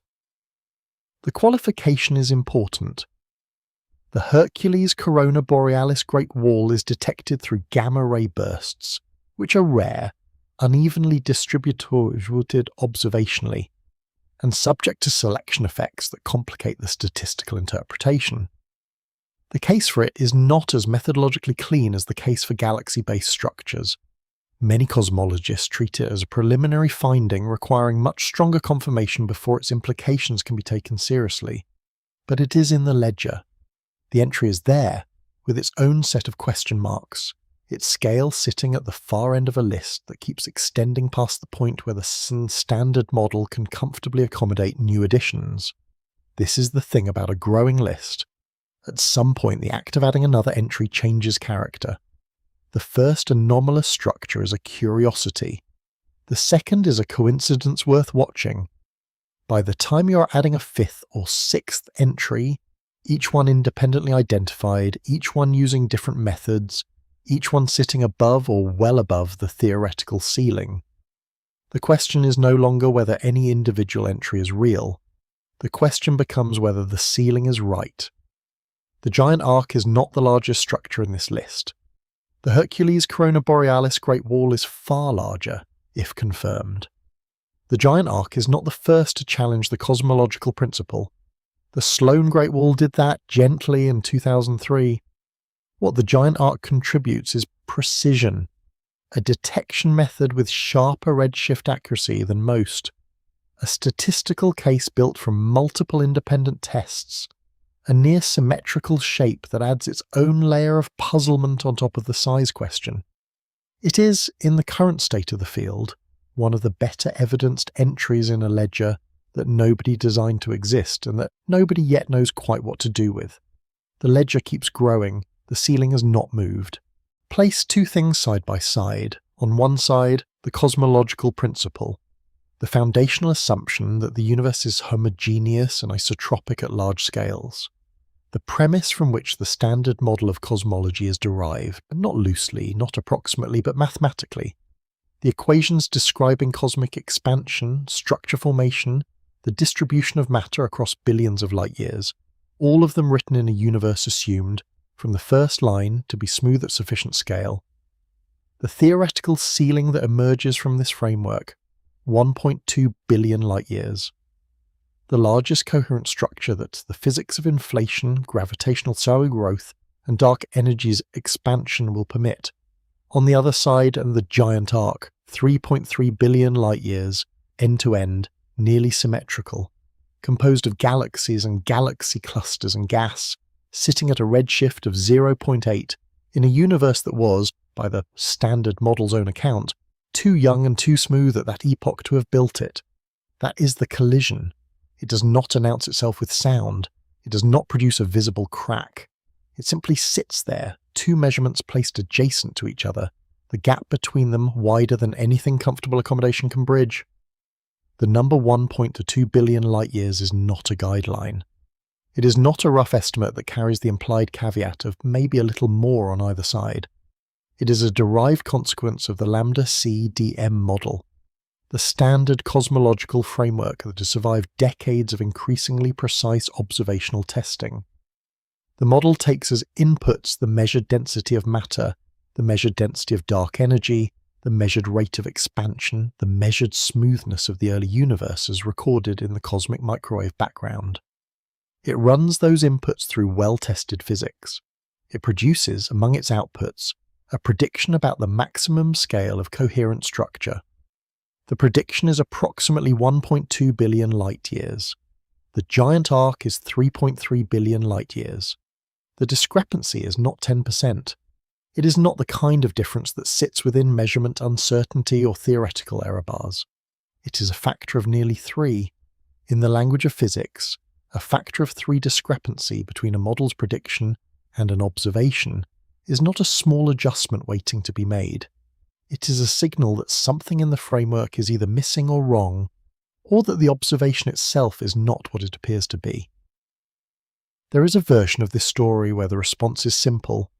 The observation is wrong, the structure is an artifact, the method produced a false positive abort, and the cosmological principle is intact. That version is possible. It remains possible. The debate around the giant arc has not closed, and the skeptical position that the detection method introduces biases that make large apparent structures more likely than they should be is a legitimate scientific position held by serious researchers. But the cosmological principle is not defended by the hope that observations challenging it will turn out to be mistaken. It is defended or not by the observations themselves. And the observations across an accumulating set of structures identified by different methods in different regions of the sky are not all pointing in the same direction by coincidence. Consider what the cosmological principle actually does inside the model. It is not a decorative assumption. It is structural, in the way that a load-bearing wall is structural. Remove it or weaken it substantially, and the architecture that rests on it requires rebuilding. The Friedmann equations, which describe the expansion of the universe, are derived under the assumption of homogeneity and isotropy. The predictions of Big Bang nucleosynthesis, the interpretation of the cosmic microwave background, the entire framework of distance measurement in cosmology, all of it sits, in varying degrees, on the premise that the universe does not have special regions. If the giant arc is real, the universe has a special region. A region where structure exists at a scale that the homogeneous isotropic framework does not predict and cannot easily accommodate. Not a slightly unusual region. A region that is, by the model's own metrics, approximately 3 times too structured. The wall pressed against does not move, it does not give slightly and stabilize, it either holds or it doesn't. What would it mean for it not to hold? This is where careful language becomes necessary, because the answer is not that cosmology collapses. Scientific frameworks do not collapse in the way that buildings collapse, suddenly, completely, leaving nothing standing. They are revised, extended. The assumptions that turn out to be approximations are replaced by assumptions that are more accurate, and the equations are rewritten to reflect the new picture. The history of physics is full of this. Newtonian gravity was not wrong, it was a limiting case of something more complete. The cosmological principle, if it fails at gigaparsec scales, may turn out to be a good approximation at smaller scales embedded in a more complex large-scale reality. But the rewriting would be substantial. The new framework would need to explain not just the giant arc, but all the structures that crowd the ledger alongside it, using physics that the current model does not contain. That is not a small task. It is the kind of task that occupies a generation of researchers. The crack, if it is a crack, runs deep. Whether it runs all the way through, that is the question the field is still pressing against quietly from both sides. There is a face in the wood grain of the door in the room where you're listening to this, probably. If you looked long enough, if you let your eyes rest on the pattern of lines and variations in the surface without trying to find anything specific, something would assemble. A forehead, a suggestion of eyes. The pattern was always there. The face was not. The face is what happens when a brain optimized for recognizing biological shapes encounters a random surface and does what it was built to do. Pareidolia is the name for this, the perception of meaningful patterns in noise. And it is not a flaw unique to the inattentive or the credulous.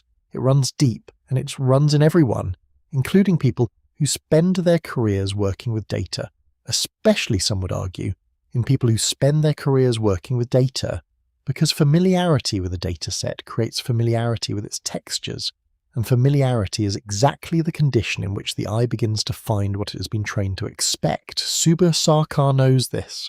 Sarkar is an astrophysicist at the University of Oxford who studies large-scale structure and has, for years, maintained a careful skepticism about claimed anomalies in the distribution of galaxies and other cosmic tracers.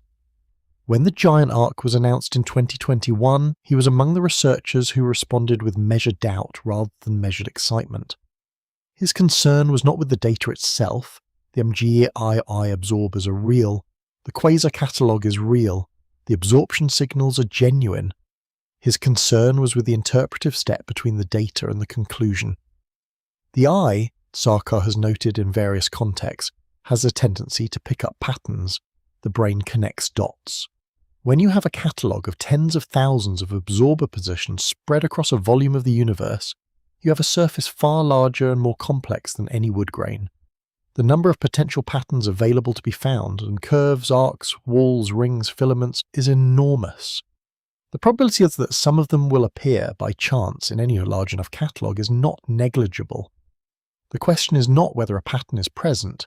The question is whether the pattern's presence exceeds what chance would produce in a data set of that size and complexity. That question, Sarkar and others have argued, is harder to answer than the statistical tests applied to the giant arc might suggest. The history of large-scale structure cosmology contains cautionary entries. Structures have been announced and then quietly reconsidered. Clustering signals have appeared in one catalogue and failed to appear in independent data. Algorithms designed to identify connected structures have been shown, in some cases, to produce spurious connections when the linking length, the maximum distance allowed between adjacent points, is set generously. The huge large quasar group mentioned in an earlier chapter attracted exactly this criticism, that the linking length used to define it as a single structure was too large, and that a more conservative choice would dissolve it into several smaller, less remarkable groupings. The giant arc is vulnerable to a version of this argument. The Friends of Friends algorithm used in the discovery analysis linked absorbers within a maximum separation of 95 comoving megaparsecs.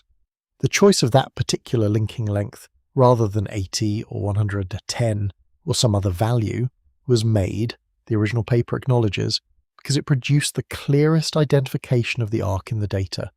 This is honest. It is also, to a skeptic, a concern. A linking length chosen to maximize the visibility of a feature will, by construction, be the linking length most favorable to finding it. Whether the feature would be equally apparent under a range of linking lengths is a separate question, and one with a less comfortable answer. There is a broader point underneath the specific methodological concerns. Science moves forward through a process that requires people who push back, not people who reject findings arbitrarily. but people who read a paper and ask, is this comparison valid? Is the baseline correct? Is the significance calculation accounting for the full range of possible patterns that could have appeared in this data? These questions are not hostile to the discovery. They are part of how the discovery gets tested. The post hoc nature of the giant ark's discovery, it was found by eye before it was assessed statistically, introduces what statisticians call the look elsewhere effect. When you search a large dataset without a prior hypothesis, the effective significance of any finding is lower than the raw sigma value suggests, because you have implicitly searched many possible configurations before finding one that looks remarkable. Lopez and her team acknowledged this in the original paper and attempted to correct for it. Whether the correction was sufficient is, genuinely, a matter of ongoing disagreement. The skeptics are not wrong to ask. The question is whether the answer, when it fully arrives, will vindicate the ark or dissolve it. That answer is not here yet. And the people who are not convinced deserve the same hearing as the people who are, because the field needs both, and because one of them eventually will turn out to have been right. Science, at its most functional, is adversarial in a specific and productive way. A finding appears. Someone else asks, can I reproduce this? And if I can reproduce it under conditions where it shouldn't appear, what does that tell us? The question is not hostile, it is the mechanism. Without it, findings accumulate without being tested, and the distinction between signal and noise becomes harder to maintain. In early 2025, Till Sawala and Meri Tieriaho, researchers at the University of Helsinki and Durham University, published exactly this kind of challenge. Their target was the giant arc. Their tool was a cosmological simulation called Flamengo 10K. Their question was direct. If you apply the same method that found the giant arc to a simulated universe that obeys the standard model, do you find similar structures? The answer they reported was yes. Flamingo 10K is not a simple model. It is among the largest cosmological simulations ever run, a computational volume of approximately 2.8 gigaparsecs on each side, populated with billions of simulated particles representing dark matter, gas, and galaxies, evolved forward in time according to the known laws of physics under lambda CDM cosmology. The simulation does not contain exotic physics. It does not include modifications to the standard model. It is, as precisely as current computational methods allow, a universe that obeys the cosmological principle, homogeneous and isotropic at large scales, with structure formation proceeding exactly as the standard model predicts. Think of it loosely as a controlled kitchen.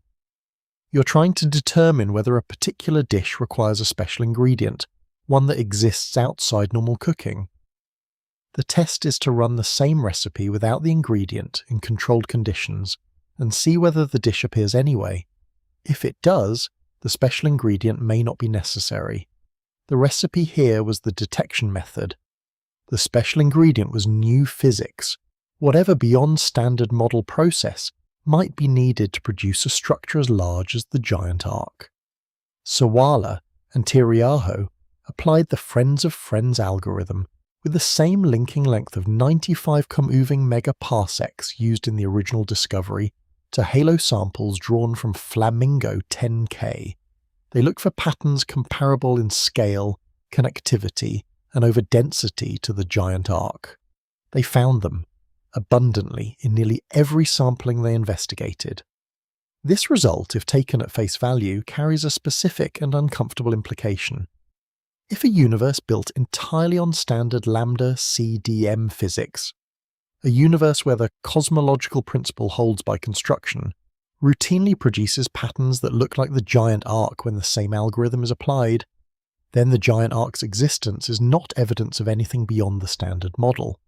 It is simply what the standard model looks like when viewed through a particular detection lens.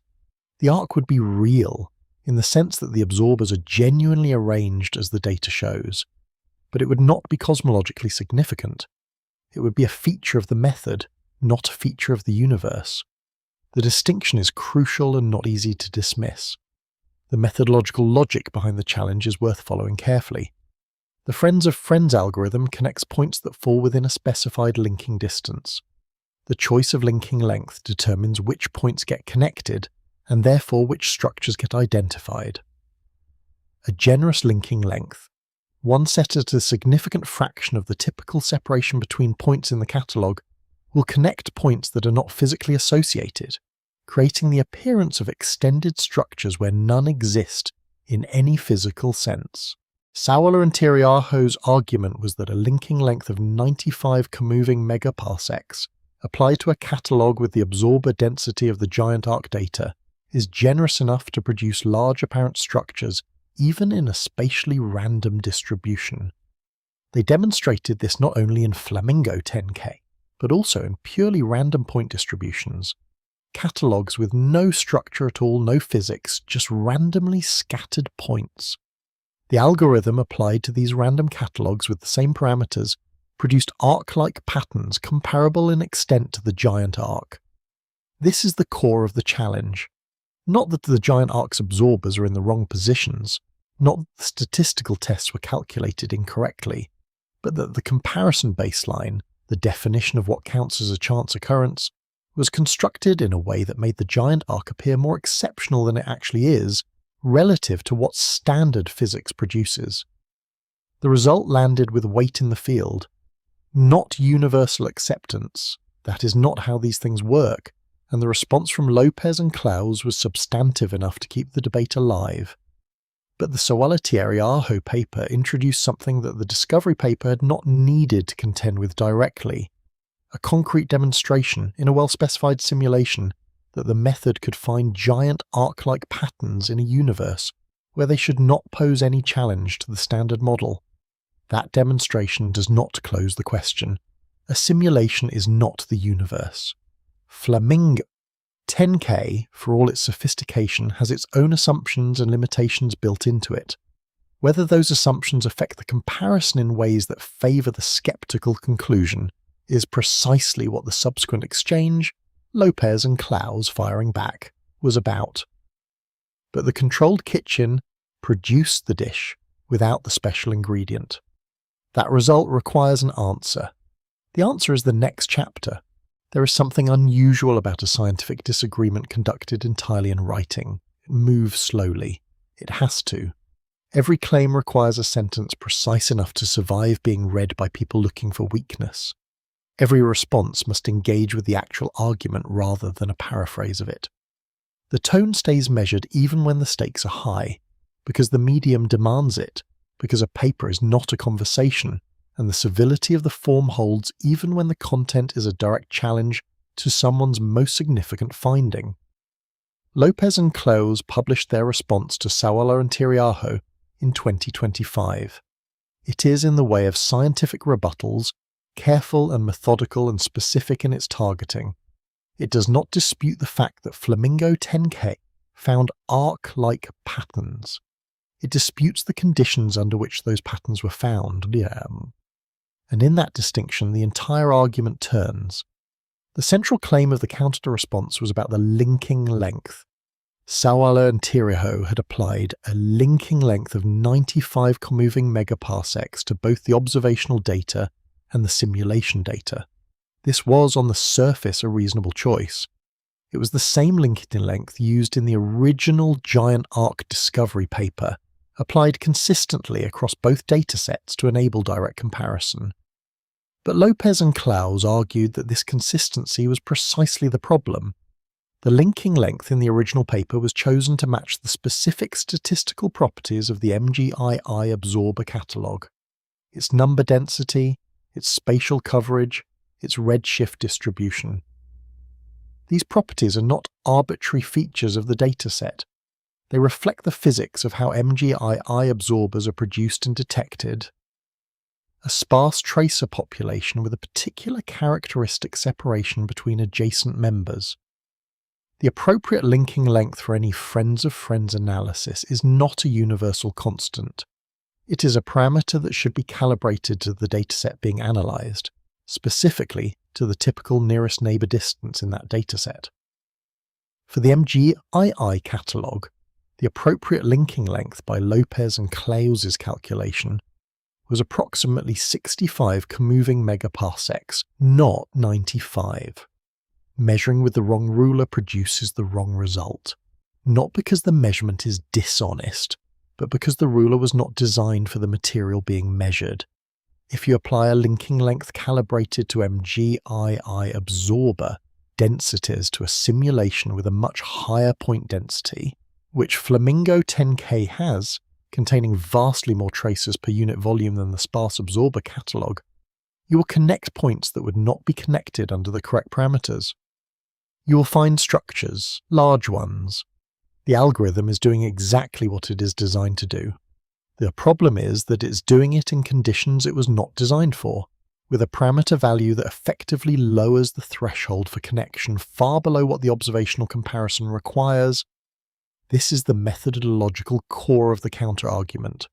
Sawala and Tiriaho found giant arc-like patterns in Flamingo 10K because they applied a linking length that was too generous for the simulation's point density.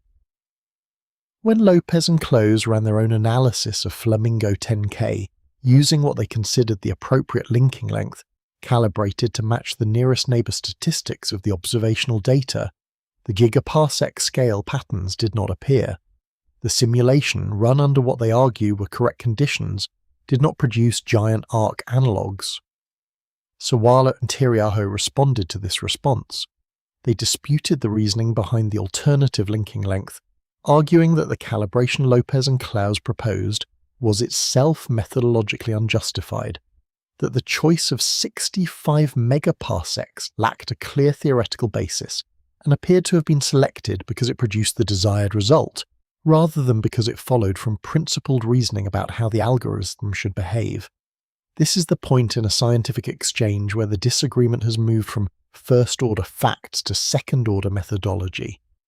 Both sides agree on what the simulation contains. Both sides agree on what the algorithm does. The dispute is about which parameter value constitutes a fair comparison, and that is not a question that resolves itself by looking at the data. It requires a prior agreement about what a valid comparison looks like, and that agreement does not yet exist. The value of this exchange is not that it produces a winner. It may eventually do that. As more data arrives, as better simulations are constructed, as the methodology is stress-tested by additional independent researchers who approach the problem without a stake in either outcome. But the value right now is in what the exchange reveals about the question itself.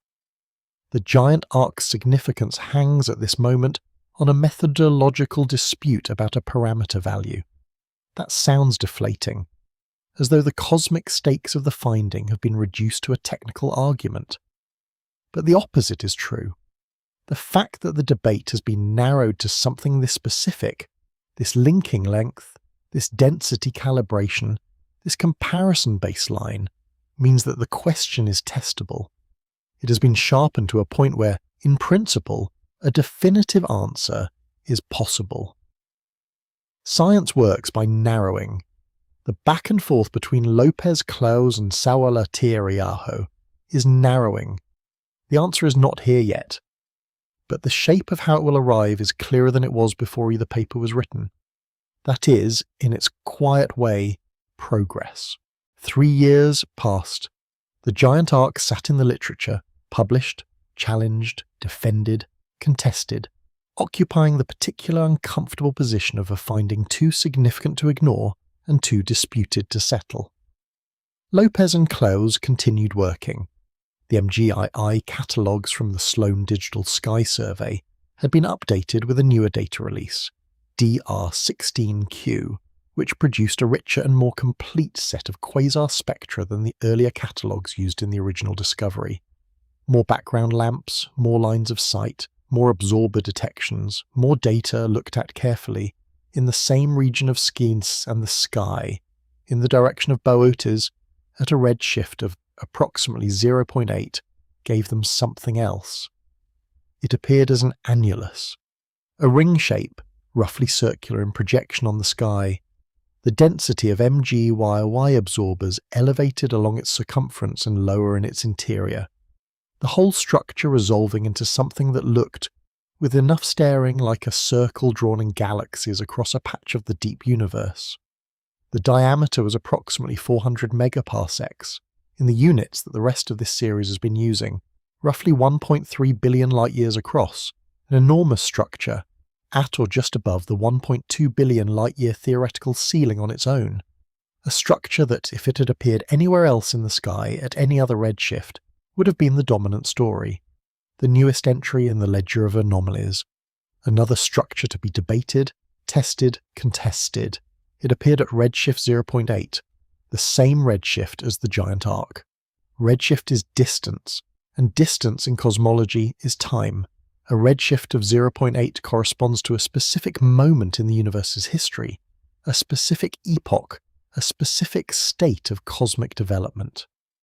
Two structures at the same redshift existed at the same cosmic time. They are not neighbours in the sense of being close to each other in three-dimensional space. The universe at that distance is vast, and 400 megaparsecs of separation is not small. But in the language of cosmological observation, being at the same redshift means being in the same layer of the universe, the same slice of cosmic history seen simultaneously through telescopes that are looking effectively in a direction that is as much temporal as spatial. The Big Ring and the giant arc are in the same layer. They are also separated by only 12 degrees on the sky. 12 degrees, 24 full moon widths. In the context of observing a region of the universe 9.2 billion light-years away, 12 degrees of angular separation corresponds to an enormous physical distance. These are not the same object viewed twice. They are distinct structures, separately resolved, separately assessed, separately significant. The Big Ring is not part of the giant arc. The arc does not curve into the ring. They are adjacent, not connected, at least not in any way the current data can confirm, but adjacent at this scale, at the same redshift in the same direction, means something. A second knock at the door, that's the instinct.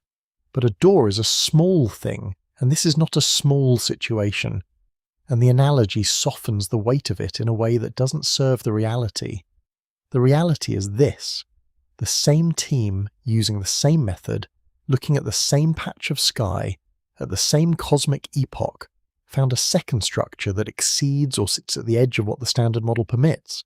The first structure could be a method artifact, elaborate, persistent, surviving several statistical tests, but potentially an artifact.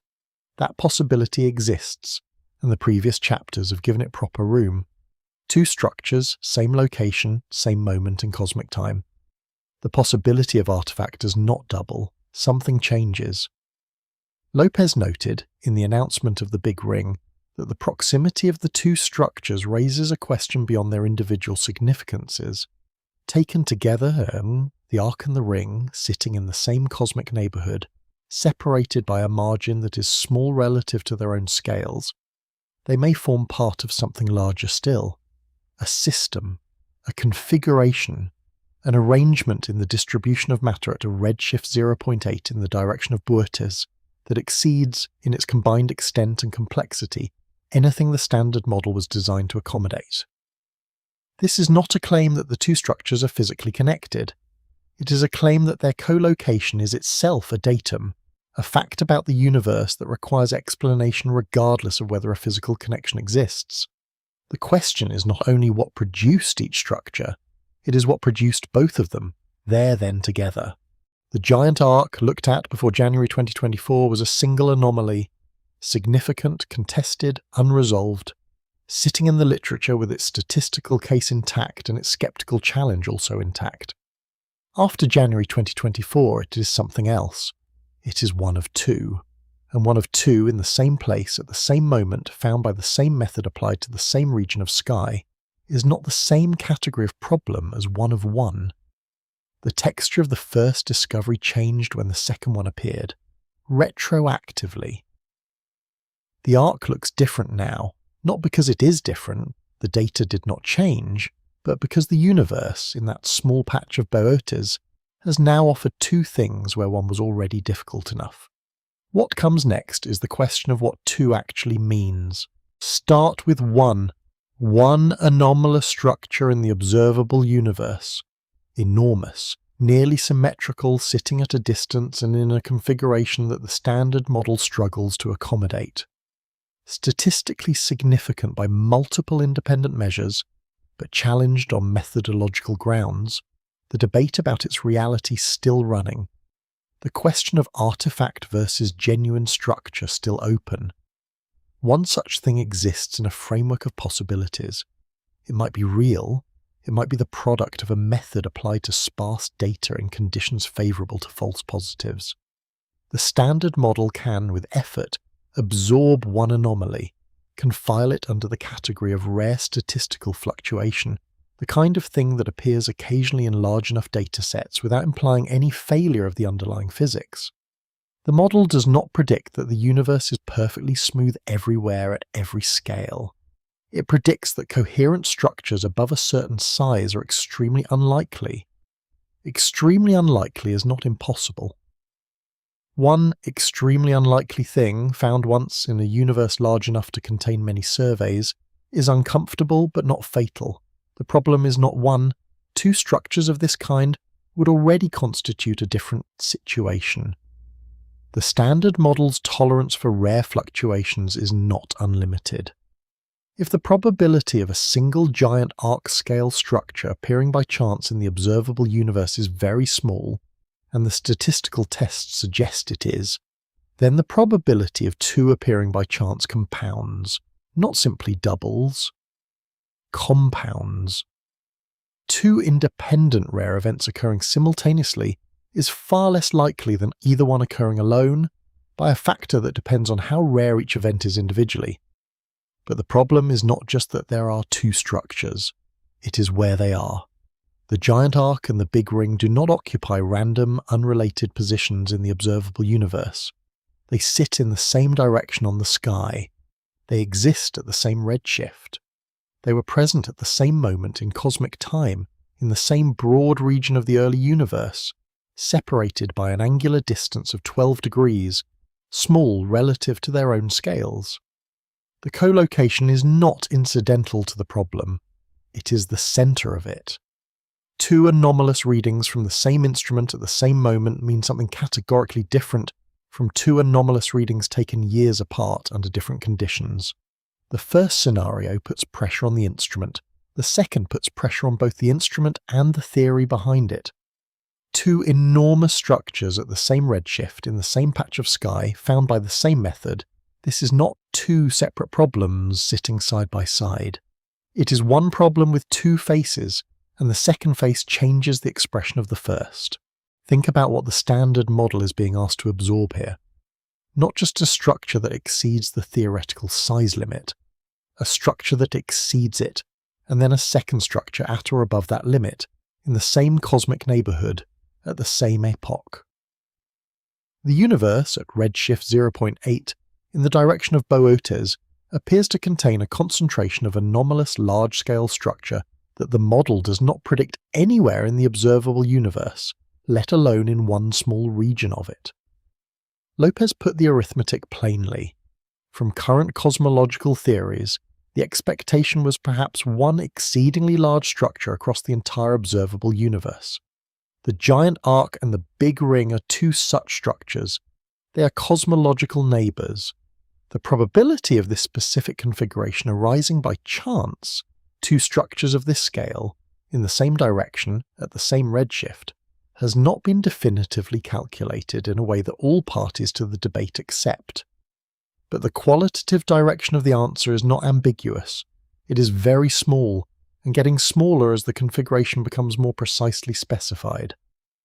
Lopez raised, in her announcement of the Big Ring, a possibility that sits beyond the question of individual structure significance.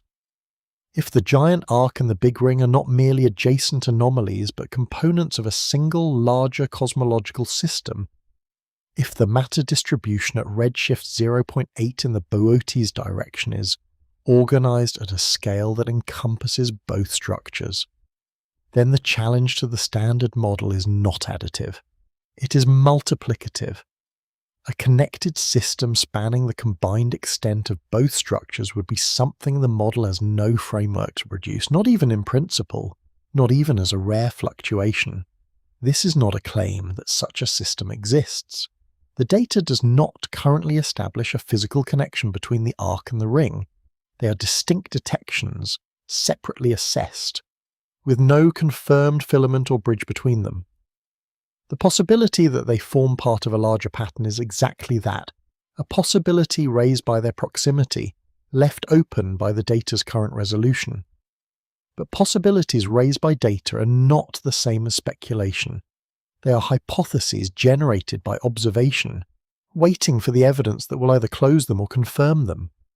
The universe, in this particular patch, at this particular moment in cosmic time, has produced two structures where the model expected essentially none.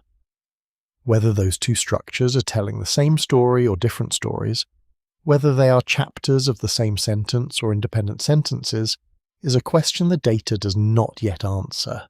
It sits there, quietly enormous, in a patch of sky 12 degrees wide, 9.2 billion light-years away, in a universe that was, by all standard accounts, too smooth and too young to have written any of this. Imagine sound frozen in stone, not metaphorically frozen, actually frozen. A pressure wave moving through a medium, and then the medium changing state so rapidly that the wave cannot continue, cannot dissipate, cannot do anything except stop exactly where it was, its shape preserved in the distribution of whatever it was moving through. The wave is gone. The shape it made is not. It persists, readable, in the spatial arrangement of matter that the wave was organized when it stopped. This is, stripped to its simplest description, what a baryon acoustic oscillation is, and it is one of the most elegant things in cosmology, a direct, physical, measurable imprint of sound that existed in the first 380,000 years of the universe, preserved in the distribution of galaxies we observe billions of years later. The early universe was a fluid, hot, dense, the matter and radiation locked together, pressure waves moving through the whole system at roughly half the speed of light. These waves are driven by the competition between gravity pulling matter inward and radiation pressure pushing outward, organized the fluid into regions of alternating compression and rarefaction. They traveled outward from each initial density fluctuation like ripples from a stone dropped in still water, except the water was the entire universe, and the stone was every slight variation in the density of the early cosmos. Then, at 380,000 years, the universe cooled enough for neutral hydrogen to form. The coupling between matter and radiation broke. The pressure driving the waves disappeared. The waves stopped. Whatever scale they had reached at that moment, roughly 490 million light-years, given 380,000 years of travel at half the speed of light through an expanding medium, was preserved as a preferred separation distance in the distribution of matter. That preferred distance is the BAO scale, and it shows up persistently in galaxy surveys, a gentle but statistically robust tendency for galaxies to be separated by approximately 490 million light-years more often than purely random distributions would predict. It is one of the standard model's most precise and well-confirmed predictions. Finding it in the data, repeatedly in independent surveys at different redshifts, is one of the reasons cosmologists trust the framework as much as they do. When the Big Ring appeared, circular, roughly 1.3 billion light-years in diameter, at a preferred scale in the distribution of MGY absorbers, BAOs were the first explanation considered. Of course they were. A ring-shaped arrangement of galaxies at a characteristic scale is almost exactly what a BAO signature would look like in projection. If you were observing a spherical shell of slightly elevated matter density from inside or alongside it, the geometry matched the instinct. The scale was even in the right neighborhood, large but not absurdly distant from the BAO scale. The instinct was reasonable. It turned out to be wrong, but it was reasonable. The problems emerge from the details, two of them specifically, and they arrive in order of increasing disqualification. The first is size. The BAO scale is fixed by physics, by the distance sound travelled in the early universe before recombination stopped it. That distance does not vary significantly across cosmic time or across different regions of the universe. It is approximately 490 million light-years, or equivalently about 150 megaparsecs in moving coordinates. It is not exactly the same everywhere, but it does not vary by a factor of 3. The Big Ring's diameter is approximately 1.3 billion light-years, roughly 400 megaparsecs. That is nearly 3 times the BAO scale. Not a slightly enlarged BAO. Not a BAO at the edge of its measurement uncertainty. Something categorically larger than any BAO signature the Standard Model produces. Lopez and her team examined this mismatch directly. The Big Ring, they concluded, is not a BAO. The numbers do not fit regardless of how generously the BAO scale is interpreted. The second problem is geometry. BAOs are spherical.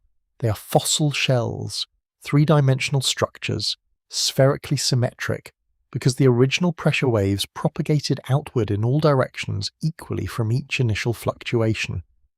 When observed in galaxy surveys, they appear as a slight excess of galaxy pairs at the BAO separation distance, a statistical signature rather than a visually obvious ring. When a slice through such a shell is observed, the cross-section is circular, but the full structure is a sphere. The Big Ring is not a sphere. More detailed analysis of its 3-dimensional structure revealed something closer to a coil, a helix-like arrangement that, when projected onto the sky, appears circular but does not have the spherical symmetry that a BAO signature requires. A BAO shell observed from any angle should look the same. The Big Ring, observed from different angles in the data, does not behave the way a BAO shell would. Too large, not spherical. The explanation that seemed most natural, the one that would have resolved the anomaly without requiring any new physics, does not survive contact with the structure's actual properties. The room after a loud noise feels different from the room before it. The sound is gone, but the shape it made is not. The BAO explanation arrived, pressed against the Big Ring's dimensions, and found that the shape in the stone did not match the wave it was supposed to have frozen. Something else made this. What that something else might be is where the conversation goes next. When glass cools too quickly, it cracks, not always dramatically.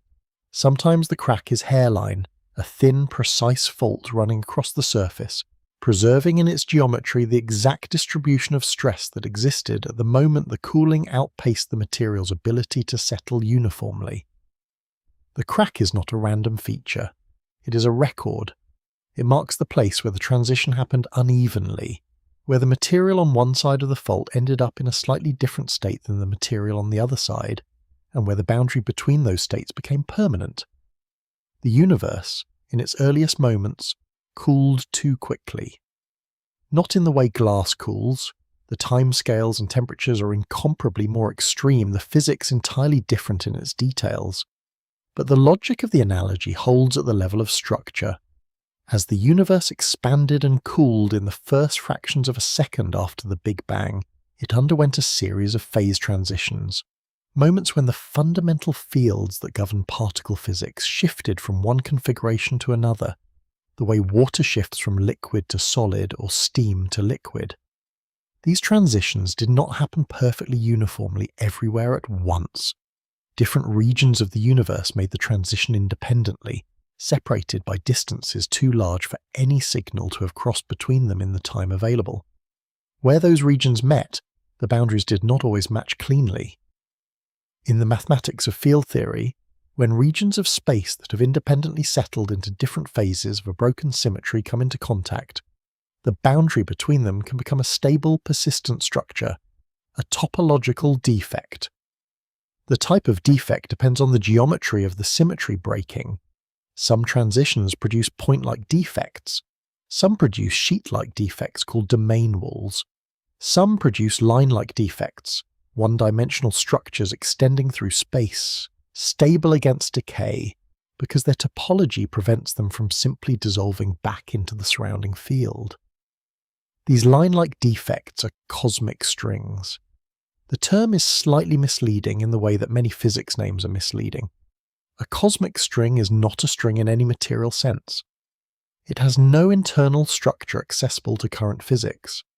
It is a region of space, extremely narrow, in some models narrower than a proton by many orders of magnitude, where the field that underwent the phase transition is locked into a configuration from before the transition completed. The field cannot relax. The energy remains concentrated in that region, potentially for the entire subsequent history of the universe, and the strings can be long, very long. In some theoretical frameworks, they extend across cosmological distances, billions of light years, threading through the universe in configurations that depend on how they formed, how they have evolved, and whether they have intersected and reconnected with other strings along the way. A string of this kind moving through space does something specific to the matter around it. The tension in a cosmic string, the energy per unit length stored in the defect, is enormous by ordinary standards, though it varies depending on the energy scale of the phase transition that produced it. A string with sufficient tension exerts a gravitational influence on surrounding matter, attracting it toward the string's path.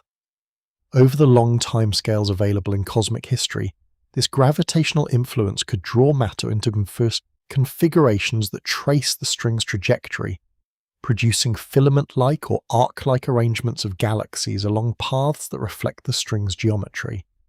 This is why cosmic strings have entered the conversation around the giant arc and the Big Ring. An arc 3.3 billion light-years long, nearly symmetrical, with a geometry that resists explanation through standard structure formation. These are properties that a cosmic string passing through that region of space could, in principle, produce. The string itself would be invisible. The arrangement of matter it seeded over billions of years would not be. Whether this is what happened is a different question from whether it is physically possible. It is physically possible. The Nobel laureate Jim Peebles has noted in recent years that cosmic strings could play a role in producing some of the peculiarities in galaxy clustering that current models struggle to explain. The theoretical framework is not fringe. The question is observational. The evidence for cosmic strings directly is thin. Searches in the cosmic microwave background for the specific signatures that string networks would produce, particular patterns in temperature anisotropies, particular statistical properties in the power spectrum, have not detected anything conclusive. Gravitational lensing surveys, which would be sensitive to the distinctive lensing signature of a string's linear mass distribution, have found no confirmed detections. The constraints placed by these non-detections limit the possible tension of cosmic strings, the energy per unit length, to values lower than the earliest and simplest theoretical predictions. But constrained is not the same as ruled out. Lower tension strings, still within the permitted range, would be harder to detect and would produce subtler effects on the structure formation. The absence of a detection is informative. It narrows the parameter space, but it does not close the door. What the door currently opens onto is a possibility that is mathematically coherent, theoretically motivated, consistent with the available observational constraints, and entirely unconfirmed. A crack in the fabric of the early universe, running across billions of light years, seeding structure along its path before any survey was in place to see it pass.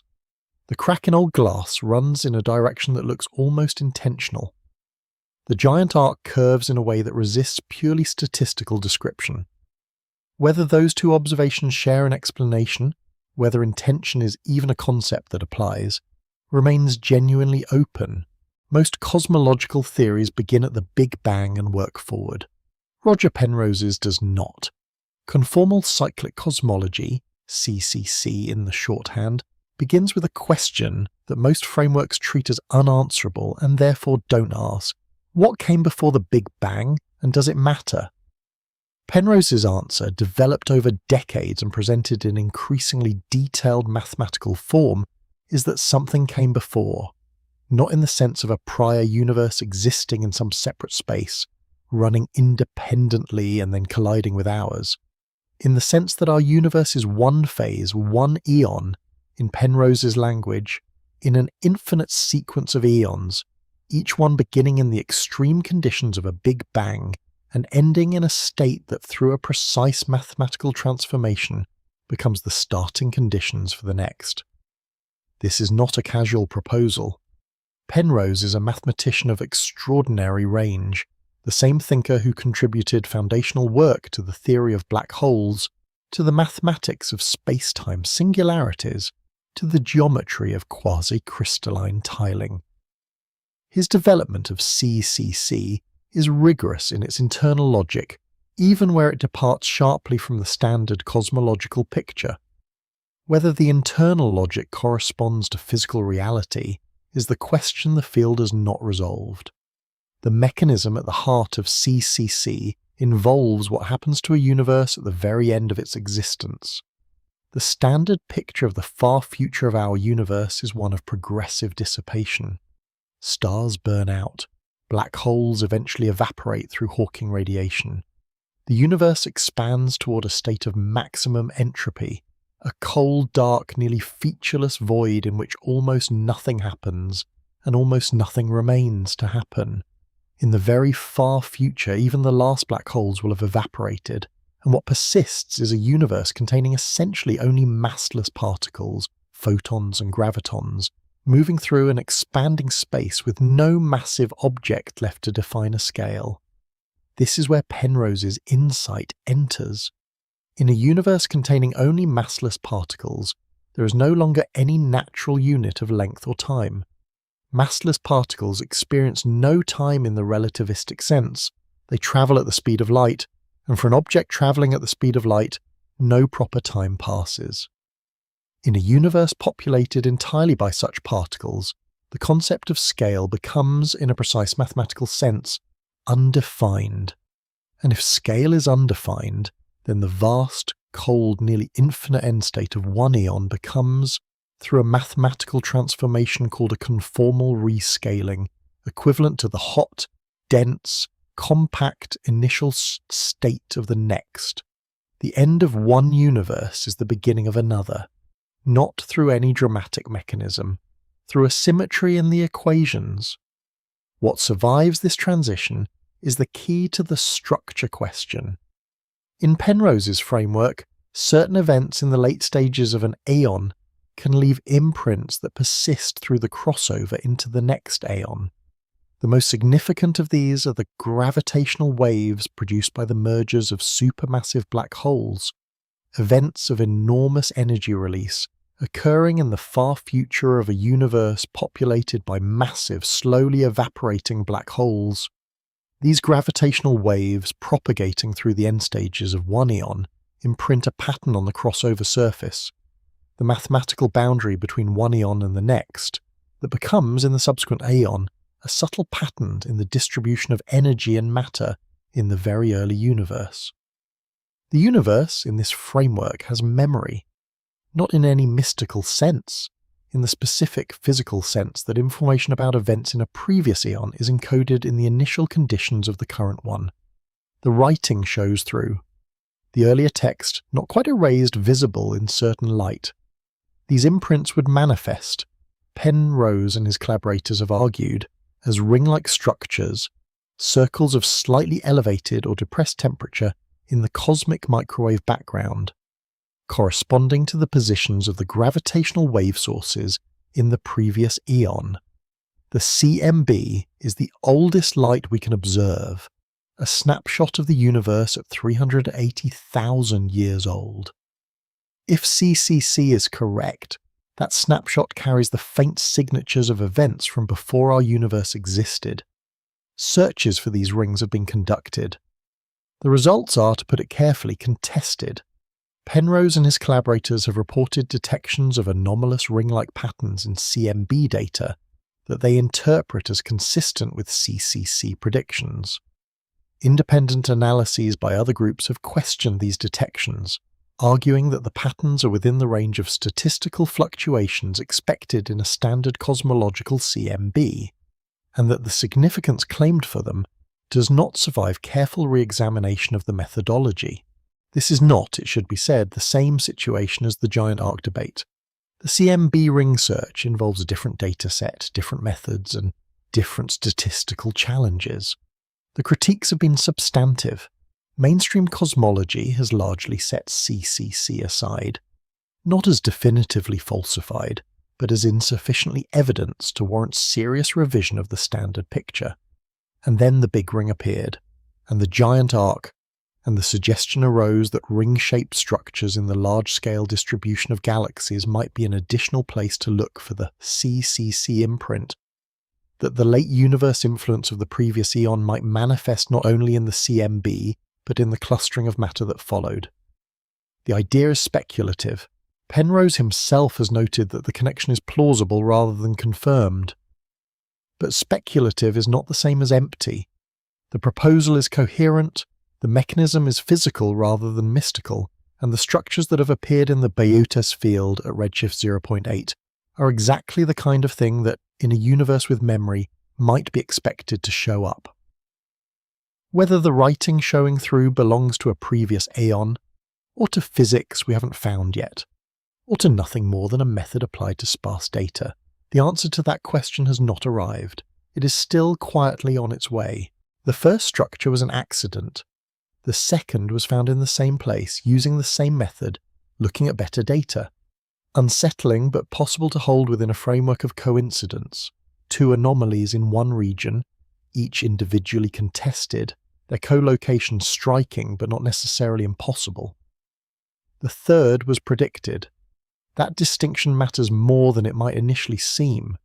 The giant arc was discovered by noticing a pattern that wasn't being searched for. The Big Ring emerged from a re-examination of the same field with updated catalogues.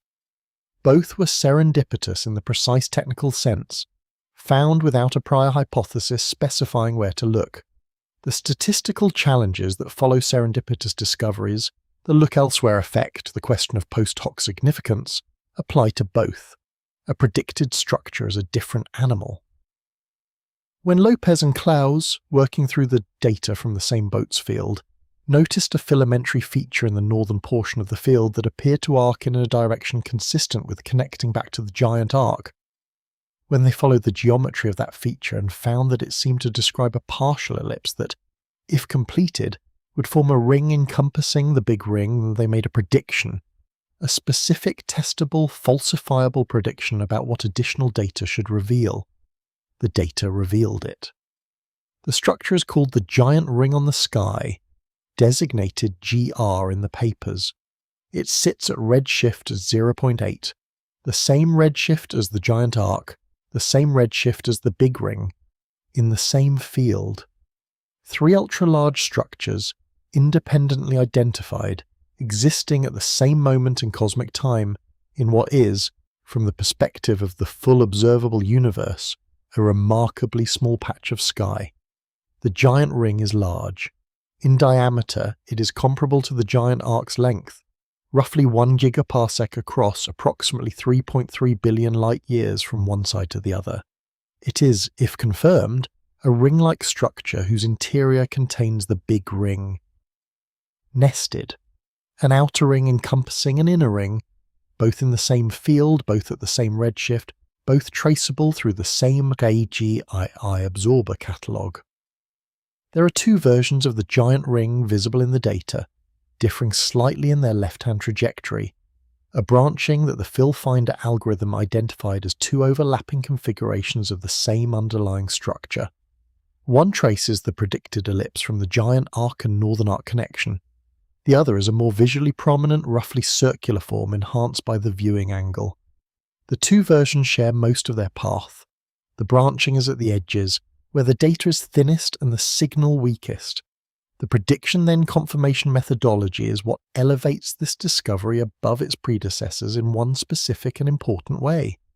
Post hoc significance inflation, the tendency for a pattern found by eye in large data to appear more statistically remarkable than it actually is a legitimate criticism of both the giant arc and the Big Ring. The criticism loses some of its force when a feature is predicted before it is searched for, because prediction requires committing to a specific hypothesis before examining the relevant data. The hypothesis can be wrong. The fact that it was right is informative in a way that a retrospective pattern find is not. Lopez and Clues noted the northern arc filament in earlier work. It appears as a feature in the Big Ring paper, labelled as a partial structure that might, with more data, connect to something larger. The prediction that it was the beginning of a giant ring encompassing the Big Ring was made before the analysis that confirmed it was run. The confirmation used the Fill Finder algorithm and elliptical shell assessments on the updated Claus-Lopez MGI catalogue, a higher confidence version of the absorber data than had been used in previous analyses. The map was drawn, then the territory was checked, the territory matched. What does 3 mean? 1 anomalous structure in a region of the sky is a finding, 2 is a problem, 3 in the same field at the same redshift, one of them predicted, 3 is something that resists comfortable categorization. The word cluster is available, and it is almost the right word. A cluster of anomalies, a concentration of structures that individually challenge the standard model, collectively occupying a region of the observable universe that the standard model would expect to contain essentially none. The Boaters field at redshift 0.8 has become, in the space of 5 years and 3 papers, the most structurally anomalous region identified in the observable universe. Whether that region is anomalous because the universe is genuinely more structured than the standard model predicts, or because the method applied to it is finding patterns that a better controlled analysis would dissolve, that question has not changed. The third structure does not settle it. What the third structure does is change the weight that question carries. A pattern that keeps completing itself. First an arc, then a ring beside it, then a larger ring encompassing it. Each one in the same place at the same moment, each one extending the geometry of the field rather than contradicting it. The geometry is either telling us something, or it is telling us something about the method. One of those options is about the universe. One is about the tool, determining which is still the work. Step back from the details for a moment. Not from the statistics, not from the linking lengths, not from the question of whether the MGII method introduces biases that mimic structure. Step back from all of it and look at what the Boötes field at redshift 0.8 contains, if what it appears to contain is real. 3 ultra-large structures. 1 crescent-shaped arc spanning 3.3 billion light-years. 1 ring beside it, 1.3 billion light-years in diameter. 1 larger ring encompassing the first, predicted, and then confirmed, roughly a gigaparsec across. All 3 at the same redshift. All 3 in the same patch of sky, separated by angular distances that are small relative to their own scales. All 3 identified through the same method, by the same team, in data drawn from the same surveys at the same cosmic moment. A moment when the universe was approximately half its current age, when structure formation was, by all standard accounts, operating within the constraints that the cosmological principle and the lambda-CDM model impose. The standard model does not predict one structure of this size anywhere in the observable universe. The Boötes field appears to contain 3. A map that fails to represent the territory is still a map. It still contains enormous amounts of accurate information. The roads it drew correctly remain correct. The distances it measured reliably remain reliable. The failure is not global, it is localized, specific, appearing in the region where the map was asked to represent something it wasn't designed to capture. The lambda-CDM model is one of the most successful scientific frameworks ever constructed. It correctly predicted the large-scale distribution of galaxies across billions of light-years. It correctly predicted the acoustic peaks in the cosmic microwave background. It correctly predicted the abundance of light elements produced in the first minutes after the Big Bang. It has survived decades of increasingly precise observational tests that would have revealed inconsistencies if they existed across the range of scales the model was built to describe. None of that changes if the Boötes field is real. What changes is the boundary of the model's validity, the scale at which its foundational assumptions hold and beyond which they may not.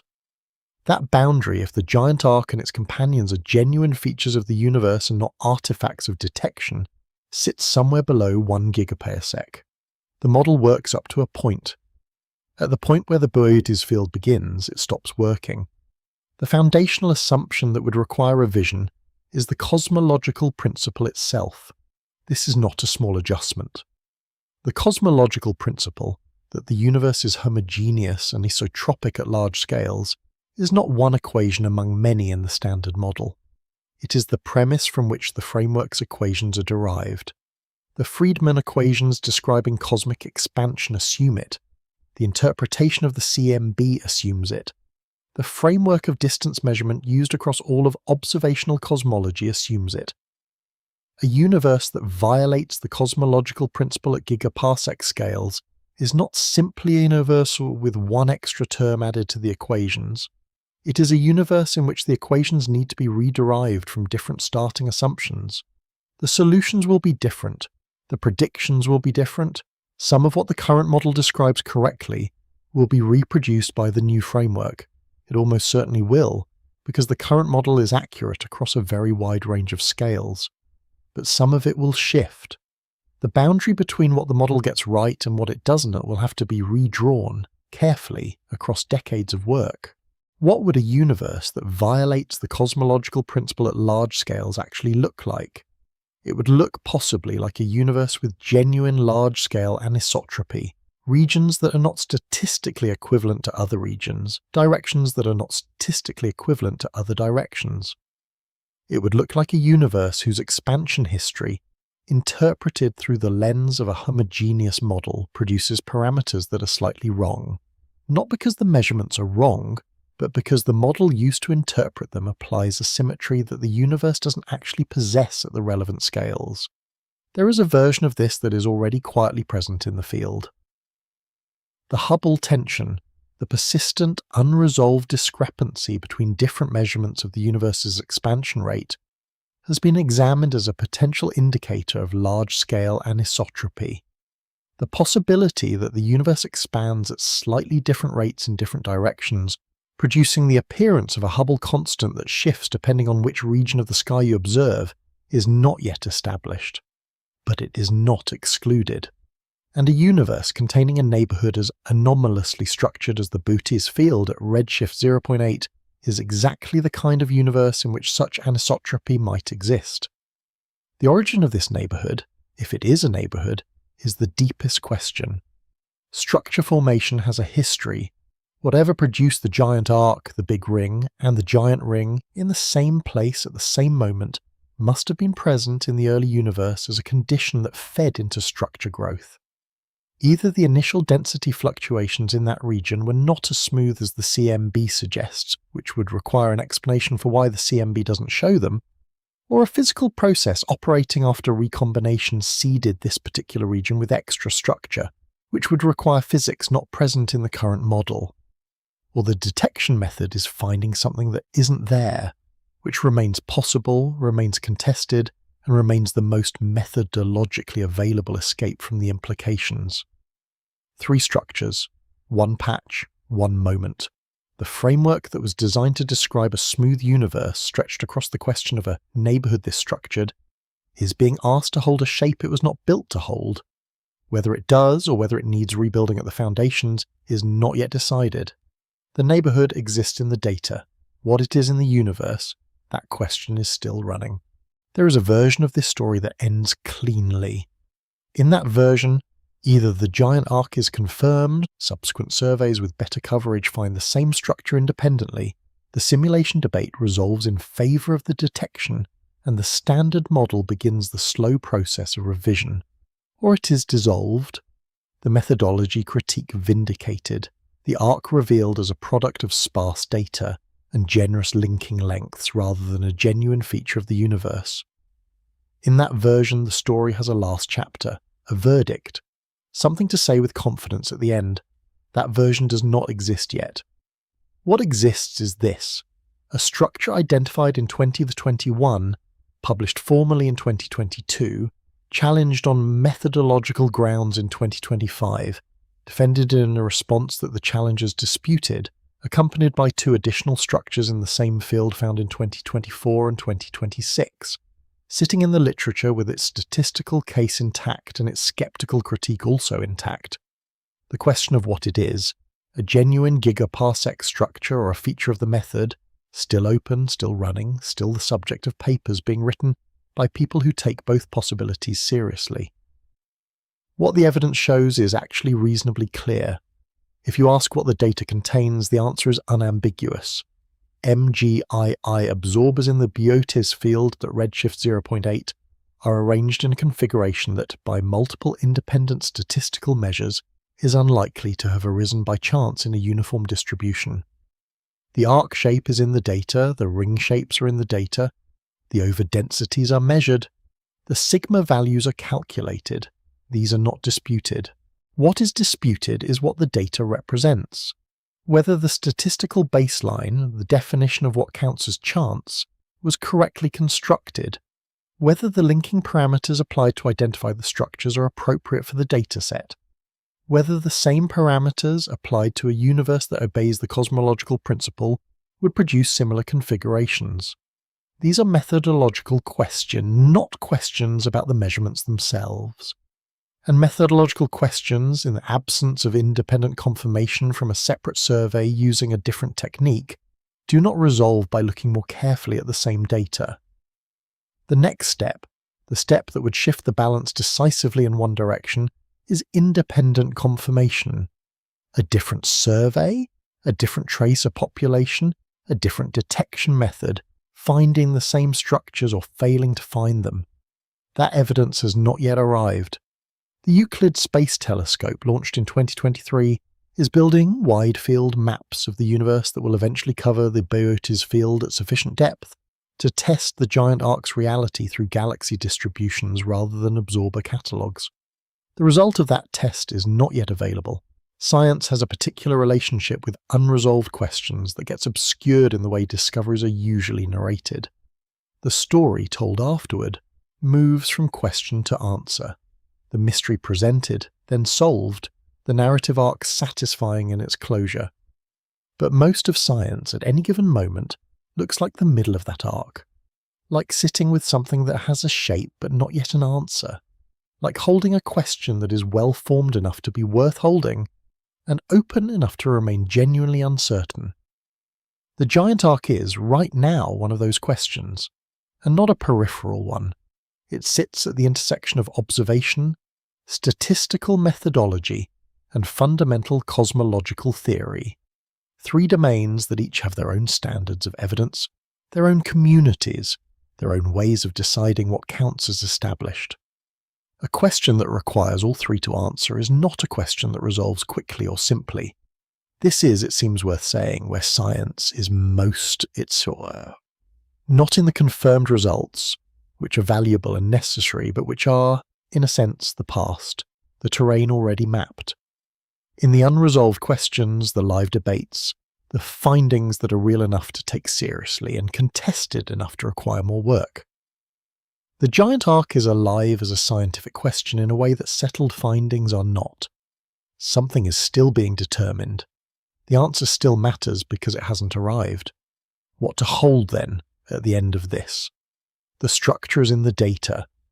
Its cosmological significance is uncertain.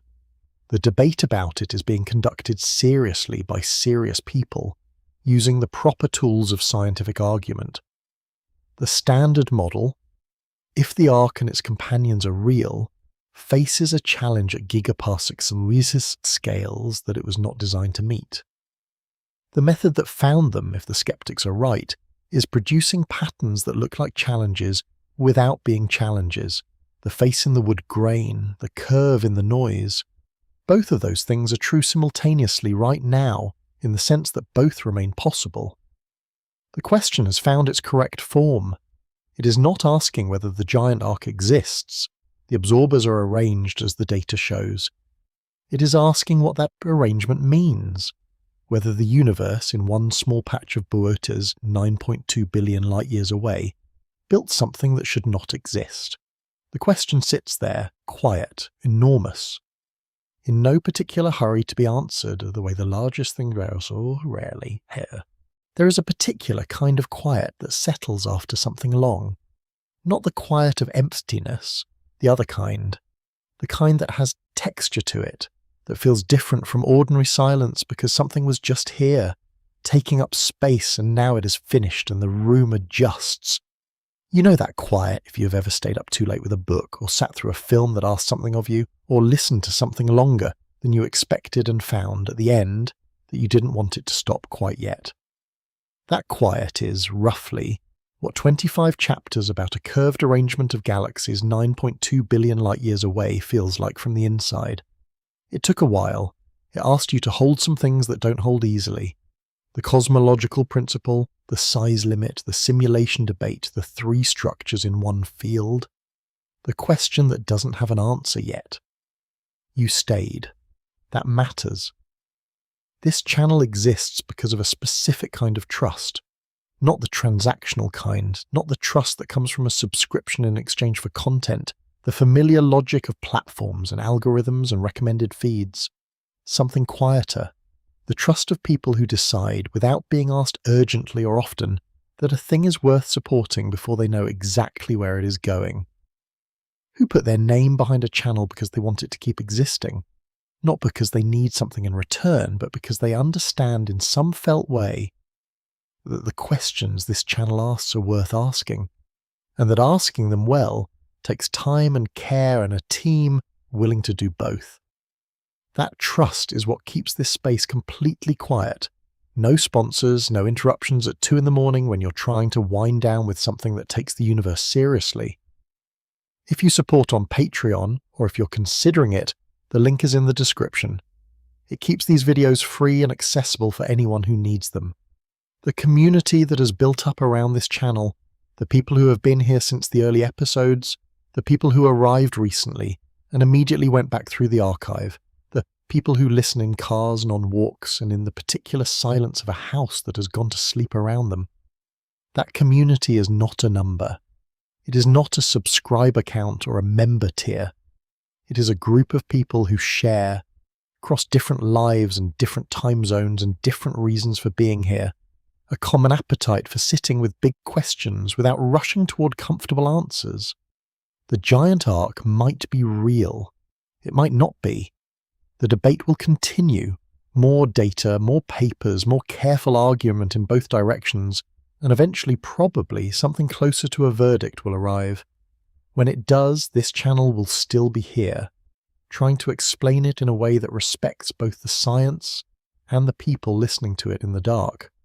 It has been a long series, 25 chapters, one curved arrangement of dots that shouldn't form a pattern, and everything that follows from it. Thank you for staying with it, all the way through. That is not a small thing, and it is not taken lightly. The universe still has plenty of questions that don't have answers yet. There's more to come.